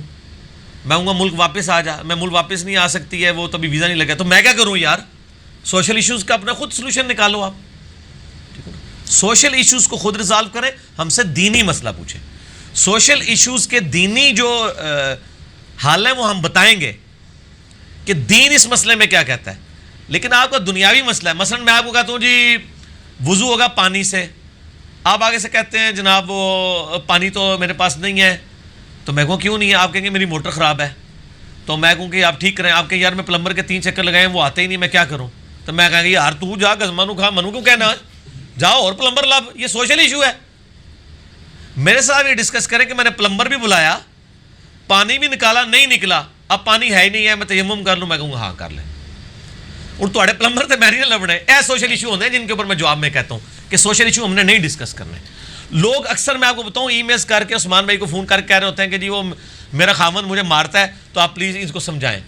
تو یہ سوشل ایشو ہے. خامن مارتا ہے, اس کو سمجھانا ہے, یہ میرا کام نہیں ہے. قرآن کہتا ہے کہ جب لڑائی ہو, ایک حکم خامن کی طرف سے ایک بڑا بیٹھے, اور ایک حکم بیٹھے بیوی کی طرف سے, یعنی ایک بڑا بزرگ, اور آپس میں ریزالو کریں. یہ کہاں لکھا ہے کہ آپ نے انجینئر صاحب کو چوتھے ملے انوالو کر کے تو میں لوگوں کے نکاح طلاق سیٹ کرواتا رہوں گا؟ میں تو لوگوں کو مسائل بتاؤں گا, وہ اپنے ایشوز خود ریزالو کریں. اس طرح کے سوشل ایشوز کہتے ہیں میں نہیں ریزالو کرتا, میں لوگوں کے یعنی مسائل اس طرح کے حل کرنے کے لیے نہیں بیٹھا ہوں. ٹھیک ہے, تو وہ سوشل ایشو کہتے ہیں. بات کریں پریکٹیکلی کہ میں نے کب کیا جملہ بولا ہے. صحیح. اچھا, کوئی شخص اگر قرآن پر ہاتھ رکھ کر کوئی قسم کھاتا ہے تو اس پر کوئی شریعت حکم لگا؟ کیا قسم کھاتا ہے؟ کوئی بھی, کہ میں اس قرآن کی قسم کھاتا ہوں. اس قرآن کی قسم, قرآن پہ ہاتھ رکھے بغیر بھی اگر قرآن کی قسم کھائے گا نا تو کفارہ ادا کرے گا. ہاتھ رکھنے سے کوئی فرق نہیں پڑ جائے گا. قرآن اللہ کی صفت ہے. مسئلہ نمبر 68 میرا قسم کے کفارے پہ ہے. بخاری مسلم میں حدیث ہے کہ منت کا کفارہ بھی وہی ہے جو قسم کا کفارہ ہے, اور قسم کا کفارہ سورۃ المائدہ کی آیت نمبر 89 میں آیا ہے کہ 10 مسکینوں کو کھانا کھلانا ہے, یا 10 مسکین, پہلا تو ہے غلام آزاد کرو, غلام نہ ملے 10 مسکینوں کو کھانا, یا 10 مسکینوں کو کپڑے لے کے دینا ہے, اور اگر کوئی غریب ہے تو وہ 3 روزے مسلسل رکھ لے. صفت کی قسم جو ہے, جیسے میں اگر کہوں رحمان اللہ کی صفت ہے تو میں رحمان کی قسم, ہاں جی کفارہ ادا کرنا ہوگا. ہاں بالکل کرنا ہوگا. نہیں تو اس نے جھوٹی قسم کھائی, سچی اس سے کوئی تعلق نہیں ہے. تو الگ سر پہلے تو اب بات یہ ہے کہ یہ سوشل ایشو ہے. مسئلہ یہ ہے کہ قسم کو پہلے سمجھے, قسم کس کو کہتے ہیں. ایک قسم لوگ یہ کہتے ہیں کہ میں قسم اٹھاتا ہوں اللہ کی میں نے یہ نہیں کیا, جی, اس کا تو کوئی کفارہ نہیں ہے, یہ تو جھوٹ بولا ہے آپ نے. اگر آپ نے کیا ہوا ہے. قسم ہمیشہ مستقبل کے لیے ہوتی ہے کہ میں اللہ کی قسم اٹھاتا ہوں میں ایسا نہیں کروں گا, اور پھر میں نے وہ کر لیا تو کفارہ ادا کروں گا. پاسٹ ٹینس کے لیے قسم نہیں ہوتی, وہ جھوٹ ہوتا ہے. قسم ہوتی ہے مستقبل کے لیے کہ میں قسم اٹھاتا ہوں کہ میں فلاں کے گھر نہیں جاؤں گا, اور پھر میں چلا جاتا ہوں تو قسم ٹوٹ گئی. یہ نہیں کہ میں قسم اٹھاتا ہوں کہ میں فلاں کے گھر نہیں گیا تھا اور میں گیا ہوا تھا, اس کا کوئی کفارہ نہیں, آپ نے جھوٹ بولا ہے. لیان کے مسئلے میں جو قسم ہے اور سر کدے مداریاں مار لگے ہو, لوگوں کو کنفیوز کر رہے ہو. پہلے جو مسئلہ دس رہا ہوں سمجھو, وہ یہ ہے قسم مستقبل کے لیے ہوتی ہے, اور وہ توڑیں گے یا ٹوٹ جائے گی تو کفارہ کریں. اور منت کا بھی یہی کفارہ ہے. اور اگر آپ نے منت غیر شرعی مانی ہوئی ہے اور اس کو توڑ رہے ہیں کہ میں منت مانتا ہوں کہ میرا بیٹا پیدا ہوا تو میں اس کی چٹیاں بناؤں گا, سال بعد فلاں دربار پہ جا کے کاٹوں گا, پھر آپ کو اللہ نے ہدایت دے دی, آپ کہتے ہیں یہ تو ہے ہی بدعت ہے, میں قسم توڑتا ہوں منت توڑتا ہوں, تو اس کا کفارہ کوئی نہیں ہوگا, کیونکہ جو آپ نے پہلے مانی تھی وہی جعلی تھی. صحیح, ٹھیک ہو. اچھا اذان دینے کے لیے کیا وضو کرنا ضروری ہے؟ اجماع ہے کہ کوئی ضروری نہیں ہے. اجماع ہے؟ ہاں بالکل اجماع ہے, کوئی دوسری رائے نہیں ہے. انفی بھی قائل نہیں ہے, انفی نہ ہوتا اجماع ویسے ہی پونا کو اجماع تو ہو ہی جاتا ہے. اذان کے اوپر میرا مسئلہ 50 دیکھ لیں, اس میں میں نے اس چیز کو ڈسکس کیا ہے. اچھا قرآن یا حدیث میں کہیں آتا ہے کہ بیٹا جو ہے وہ اللہ تعالیٰ کی نعمت ہے اور بیٹی رحمت ہے؟ یہ جو ہے نا یہ NGOs کی بنائی ہوئی سوشل میڈیا کی پیاری پیاری پوسٹس ہیں. قرآن حدیث کا اس کے ساتھ کوئی تعلق نہیں. کوئی تعلق نہیں. لیکن یہ اچھے اقوال ذریعے ہیں, اس کو استعمال کریں, لیکن قرآن حدیث نہ نیچے لکھیں.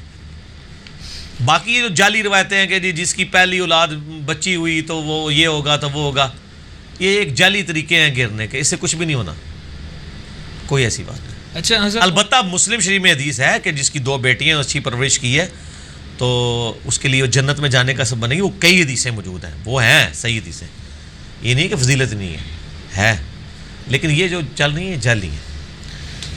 حضرت عمر رضی اللہ تعالیٰ عنہ نے حضرت ابو ہریرہ رضی اللہ تعالیٰ عنہ کو احادیث بیان کرنے سے کیوں منع کیا؟ میں نے بتایا نا کہ کیوں روک دیا تھا. میرا جو ایک کلپ بھی ریکارڈڈ ہے, کیا حضرت ابو ہریرہ اور بغض علی ان کے بارے میں ایک جھوٹا کلیم کیا ہوا تھا. اس میں نے بتایا تھا کہ حضرت عمر ایک سمجھدار آدمی تھے, ان کو پتہ تھا کہ لوگ حدیثوں کی طرف لگ کے قرآن سے دور ہو رہے ہیں. وہ یہ کہتے تھے کہ تم حدیثیں بیان کرنے کی بجائے نا لوگوں کو قرآن سنایا کرو, اور خصوصاً جو نیو مسلمز ہیں ان کو تو پہلے نمبر پہ عقیدہ ان کا صحیح کرنے کی ضرورت ہے نا, کہ تم حدیثیں ان کو سناؤ گے. اس لیے وہ حدیثیں بیان کرنے سے ان کو روکتے تھے, ٹھیک ہے, اور بڑی سختی کرتے تھے ان کے اوپر. یہ بات صحیح ہے. اس کو جو منکرین حدیث نے یوز کیا نا کہ وہ اس لیے روکتے تھے کہ وہ حدیثیں جعلی تھیں, ابو ہریرہ گھڑتے تھے, نعوذ باللہ رافضی بھی کہتے ہیں, ایسی بات نہیں تھی. اگر گھڑی ہوتی, میں نے اس کلپ میں بتایا کہ اہل بیت کی شان میں ساری کرٹیکل حدیثیں ہی حضرت ابو ہریرہ نے بیان کی ہیں, اگر اور آل امیہ کے وہ مخالفین میں سے تھے. صحیح.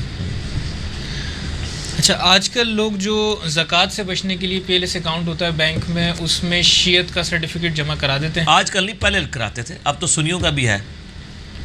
اچھا تو یہ ایسا سنی بھی لکھ کے دے سکتے ہیں تو ان کی زکوٰۃ نہیں کٹے گی. PLS اکاؤنٹ تو ویسے ہی نہیں کھولنا چاہیے, کرنٹ اکاؤنٹ کھولا کریں, زکوٰۃ بھی نہیں کٹے گی اور دوسرا ایشو بھی نہیں ہوگا, کام بھی ختم.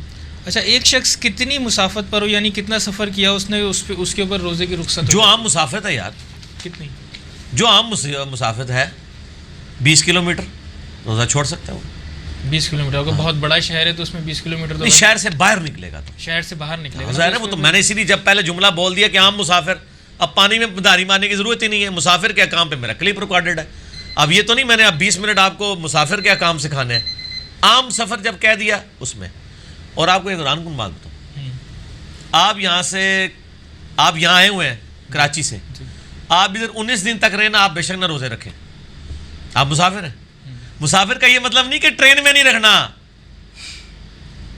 مسافر کسی کے پاس گیا ہوا ہے 19 دن سے کم کے لیے تو وہ روزہ چھوڑ سکتا ہے, مسافر ہے. یہ نہیں کہا جائے گا کہ جی آپ نے رہائش دی ہوئی ہے, آپ سحری دے رہے ہیں, افطاری, آپ مسافر ہیں اور آپ پہ قربانی بھی نہیں ہے. مسافر پہ قربانی بھی نہیں ہے. یہاں سے ایک بندہ حج عمرے کے لیے 15 دن کے لیے جاتا ہے تو 19 دن کا قول ہے نا صحیح بخاری میں جو اس کا مسافر کا, چلے 14 دن کے لیے چلا جاتا ہے, حرمین میں رہتا ہے 14 دن, ہوٹل میں رہ رہا ہے, روزے بے شک نہ رکھے, مسافر ہے وہ, لیکن بعد میں تو رکھنے ہی ہوں گے, تو بہتر ہے ادھر ہی رکھ لو. کیونکہ بعد میں اس سے قربانی سے ایک اور چیز نکلی, بہت سے لوگ جیسے حج پہ جاتے ہیں ایک قربانی وہاں کرتے ہیں اور ایک قربانی غلط ہے, پہ بھی کرتے ہیں. ضرورت نہیں ہے, حج کی قربانی کافی ہے. دو قربانی تھی, حج کی قربانی کو حج کا دم ہوتا ہے, نہیں حج کے علاوہ, نہیں حج کے علاوہ بھی کرتے ہیں, وہ مجھے پتا ہے وہ کرتے ہیں, کہتے بھی ہیں کہ نہیں, نبی علیہ السلام سے یہ ثابت نہیں ہے کہ آپ علیہ السلام نے حج اور عید کی قربانی الگ الگ کی ہو, کوئی ثابت نہیں. تو اگر ہم حج پہ گئے وہ بس کافی ہے ہمارے, کافی ہے. اگر عید کے لیے کر لیتے ہیں تو جتنا گڑ ڈالیں گے اتنا میٹھا ہوگا. ہم تو گئے تھے, ہم نے کروائی تھی, لیکن وہ ضروری نہیں ہے, ضروری نہیں ہے. اچھا, نماز میں پاؤں کے ساتھ پاؤں ملانے کی حدیث اگر بتا دیں کون؟ صحیح بخاری میں موجود ہے. اچھا, اور یہ مجھے اب اس لیے یاد آ گئی, اگلے دن کسی نے پوچھی تھی, صحیح بخاری میں 725 نمبر ہے انٹرنیشنل نمبرنگ پہ. لو جی, کہ وہ صحابی کہتے ہیں کہ نبی علیہ السلام ہم سے صفیں سیدھی کرواتے تھے, یہاں تک کہ ہم میں سے ایک کا پاؤں دوسرے کے پاؤں سے مل جاتا تھا اور کندھے دوسرے سے مل جاتا تھا. ملنے کے الفاظ ہیں, سید کے الفاظ نہیں ہے. یہ لوگ کہتے ہیں نہیں یہ سید ہے, اس میں جو الفاظ موجود ہیں نا صحیح بخاری میں, میں آپ کو پڑھ کے بتا دیتا ہوں. یہ پڑھی ہوئی نہیں ہے, پڑھی ہوئی ہے. نواں کام شروع ہو گیا نا, نشان نہیں لایا چونکہ نمبر یاد ہے, میں کٹ لینا. 725 ہے, 724 کے اوپر پورا باب ہے وہ والا, 725 ہے. ہاں, انس ابن مالک کہتے ہیں کہ نبی علیہ السلام جب فرماتے اقیموا صفوفکم فانی اراکم من وراء ظہری, نبی علیہ السلام فرمایا اپنی صفیں سیدھی رکھا کرو, میں تمہیں پیٹھ کے پیچھے بھی دیکھ رہا ہوتا ہوں. کیونکہ نبی علیہ السلام کو پیچھے نظر آتا تھا, یہ آپ کا معجزہ تھا. آپ کو 360 ڈگری کا ویژن نظر آتا تھا, ان دو آنکھوں سے یہاں بھی نظر آتا تھا, بغیر آنکھ کے بھی. انس ابن مالک کہتے ہیں نبی علیہ السلام جب ہمیں کہتے ہیں نا اپنی صفیں سیدھی رکھا کرو, میں تمہیں پیچھے سے دیکھ رہا ہوں. وَكَانَ أَحَدُنَا يُلْزِقُ مَنْكِبَهْ بِمَنْكِبِ صَاحِبِ وَقَدَمَهُ بِقَدَمِ. یلزقو کے الفاظ ہیں, یلزقو کہتے ہیں ملانا, ملانا, سید میں کرنا نہیں ہے, ٹھیک ہے نا, یہ ہے ملانا. یہ ملاقات کا لفظ تو اردو میں بھی استعمال ہوتا ہے, یہ اسی سے نکلا ہوا نا. ملا لیتا تھا پاؤں سے پاؤں اور کندھے سے کندھا. یہ اسی صورت میں ملیں گے جب آپ بہت پاؤں نہ کھولیں اور بہت تنگ نہ رکھیں, درمیانے, یعنی کندھے سے آپ پرپینڈیکولر ڈرا کریں تو اس کی سیدھ میں آپ کی ایڑیاں آ جائیں تو پاؤں سے پاؤں مل جائے گا, کندھے سے کندھا مل جائے گا, اور پاؤں کے پنجے قبلہ رخ رہنے چاہیے. یہ اس حدیث پہ تو صرف دنیا میں اگر کوئی عمل کر رہا ہے تو اہل حدیث کر رہے ہیں, جس طرح اور کئی حدیثوں میں صرف اہل حدیث ہی چل رہے ہیں. پورا نہیں کر رہا تو بہت زیادہ پیر کھولتے ہیں. نہیں, کندھے تھوڑی ملے ہوئے ہوتے ہیں, ان کے کندھوں میں اتنا گیپ ہوتا ہے. ہاں وہ غلط ہے, لیکن یہ ہے کہ ایک حصے کو تو انہوں نے فالو کر لیا ہے, کیونکہ بخاری میں یہ بھی حدیث ہے کہ اکٹھے ہو کے کھڑے ہو ورنہ شیطان تمہاری صفوں میں گزرے. ایک انہوں نے کام کر لیا ہے کہ حنفی تو جو ہے 1 میل کے فاصلے میں ایک دوسرے سے کھڑے ہوئے ہوتے ہیں, ٹھیک ہے, آپ دیکھیں وہ تو قریب ہی نہیں لگنے دیتے, ان کا تو نہ کندھا مل رہا ہوتا ہے نہ پاؤں. اہل حدیثوں نے آدھا عمل تو کر لیا, پاؤں ملا لیے, کندھے آپ ملوا دیجیے گا, ٹھیک ہے نا, آدھا.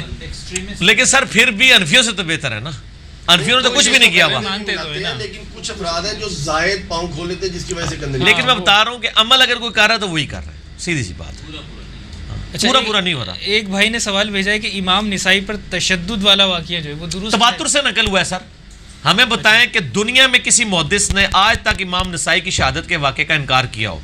اسماء و رجال کی کتابوں میں تواتر سے ہی واقعہ نقل ہوا ہے, ان کی سندیں پھلانگنے کی ضرورت ہی نہیں ہے. تواتر سے جو چیزیں نقل ہوئی ہیں وہ اسی طریقے سے, بالکل ٹھیک ہے. پھر خصائص علی بھی سر دنیا میں موجود ہے. خصائص علی کے اوپر آج قتل کرنے کے لیے 2 لوگ تیار ہیں حضرت علی کے ماننے والوں کو. تو امام نسائی کو کتنے چھڑیا ہونا انہوں نے کہ یار انہوں نے حضرت علی کی شان بیان کر چھڑی, ٹھیک ہے. مجھے تو یقین ہے آج خصائص علی کی کوئی بات کرے تو اس کے اوپر ڈنڈے لے کے لوگ پیچھے پڑ جاتے ہیں. تو اس زمانے میں جب دمشق کے اندر حکومت ہی آل امیہ کی تھی, 700-800 سال رہی ہے وہ اسپین میں, آل امیہ ہی سن نا, تو عباسی بھی ایسا کوئی حضرت علی کے حامیوں میں سے تو نہیں تھے, ان کو بھی شیعان علی سے ڈر تو رہتا تھا, تو یقیناً مارا ہوئے گا انہوں نے. اون مار دے پہ انتے حقیقت بات ہے, شام میں مارتے ہیں, بالکل صحیح بات ہے. شام میں آج بھی یہ ہوتا ہے, یمن میں. اچھا, یہ سوشل میڈیا پہ بڑی ڈسکشن رہتی ہے اور اس میں یہ کہا جاتا ہے حضرت آدم علیہ الصلوۃ والسلام آیا حقیقی جنت میں تھے یا دنیا سر اس کا اینڈ رزلٹ یہ ہے کہ وہ جنت سے نکال دیے گئے اور اب دوبارہ جنت میں جانے کی کوشش کرنی ہے. وہ دنیا میں تھی یا جنت کے ٹکڑے میں تھی, اس سے کوئی فرق نہیں پڑتا سر. یہ اسی طریقے سے ہے کہ وہ نبی علیہ السلام, صحیح مسلم میں حدیث ہے, نبی علیہ السلام جب بھی خطبہ شروع کرتے ہو کہتے ہیں میں اور قیامت اس طرح ساتھ بھیجے گئے جس طرح یہ 2 انگلیاں، اور مسلم کے الفاظ ہیں یہ والی 2 انگلیاں آپ جوڑتے تھے.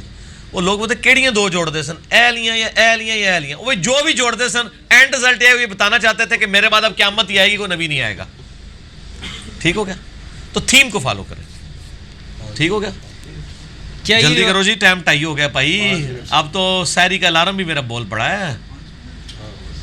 اچھا کریں. کیا یہ روایت صحیح ہے کہ یہودی داڑھی نہیں رنگتے تو تم داڑھی رنگو اور ان کی مخالفت کرو؟ بخاری مسلم میں تو زیادہ تر لوگ تو نہیں رنگ رہے ہوتے سر، یہ افضلیت کے لیے صرف. اچھا. کیونکہ اس حدیث کے راوی حضرت جابر بن عبداللہ اور مولا علی خود ہیں، اور دونوں کی داڑیاں سفید تھیں. تو صحابہ کے عمل سے پتہ چلتا ہے کہ یہ افضلیت ہے. جیسے کہا گیا کف میں شادی کرو، افضلیت ہے، ضروری نہیں ہے. ضروری نہیں. اچھا، یہ کیا حدیث میں آیا کہ اس بات کی کہ مسلمان اپنے ہاتھ سے قرآن کو مٹائے گا یا ختم کرے گا؟ پتہ نہیں جی، اس قسم کی تو بڑی روایتیں گھوم رہی ہیں، ہمارے علم میں کوئی ایسی روایت نہیں ہے.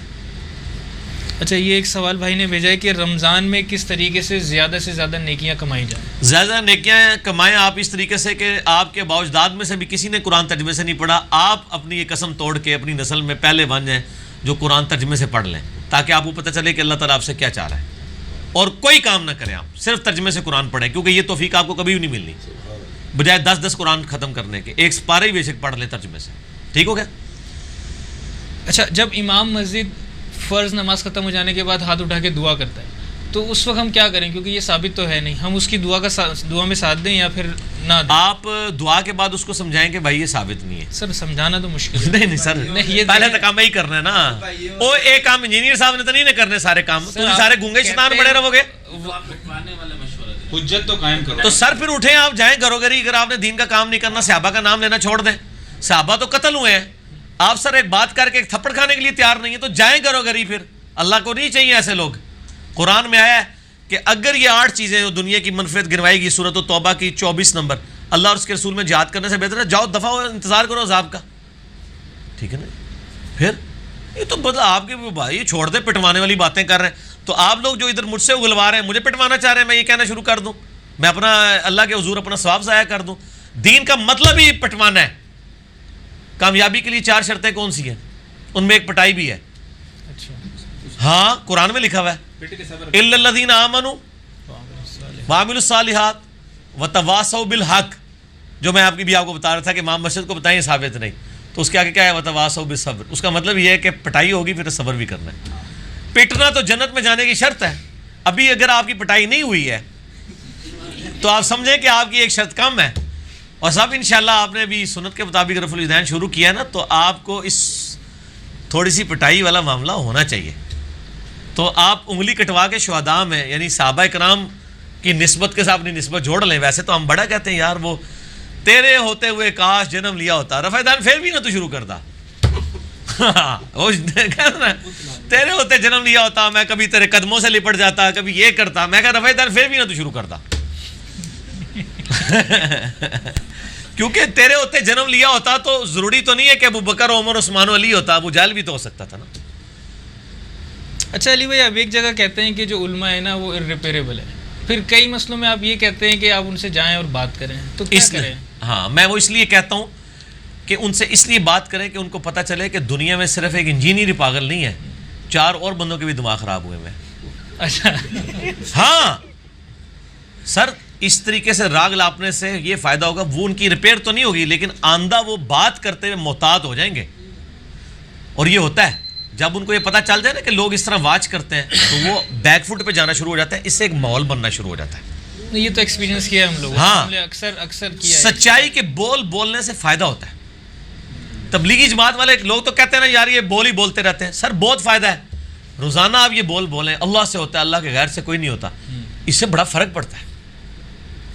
اس طرح علماء کے سامنے بھی بولنے سے بڑا فرق پڑے گا.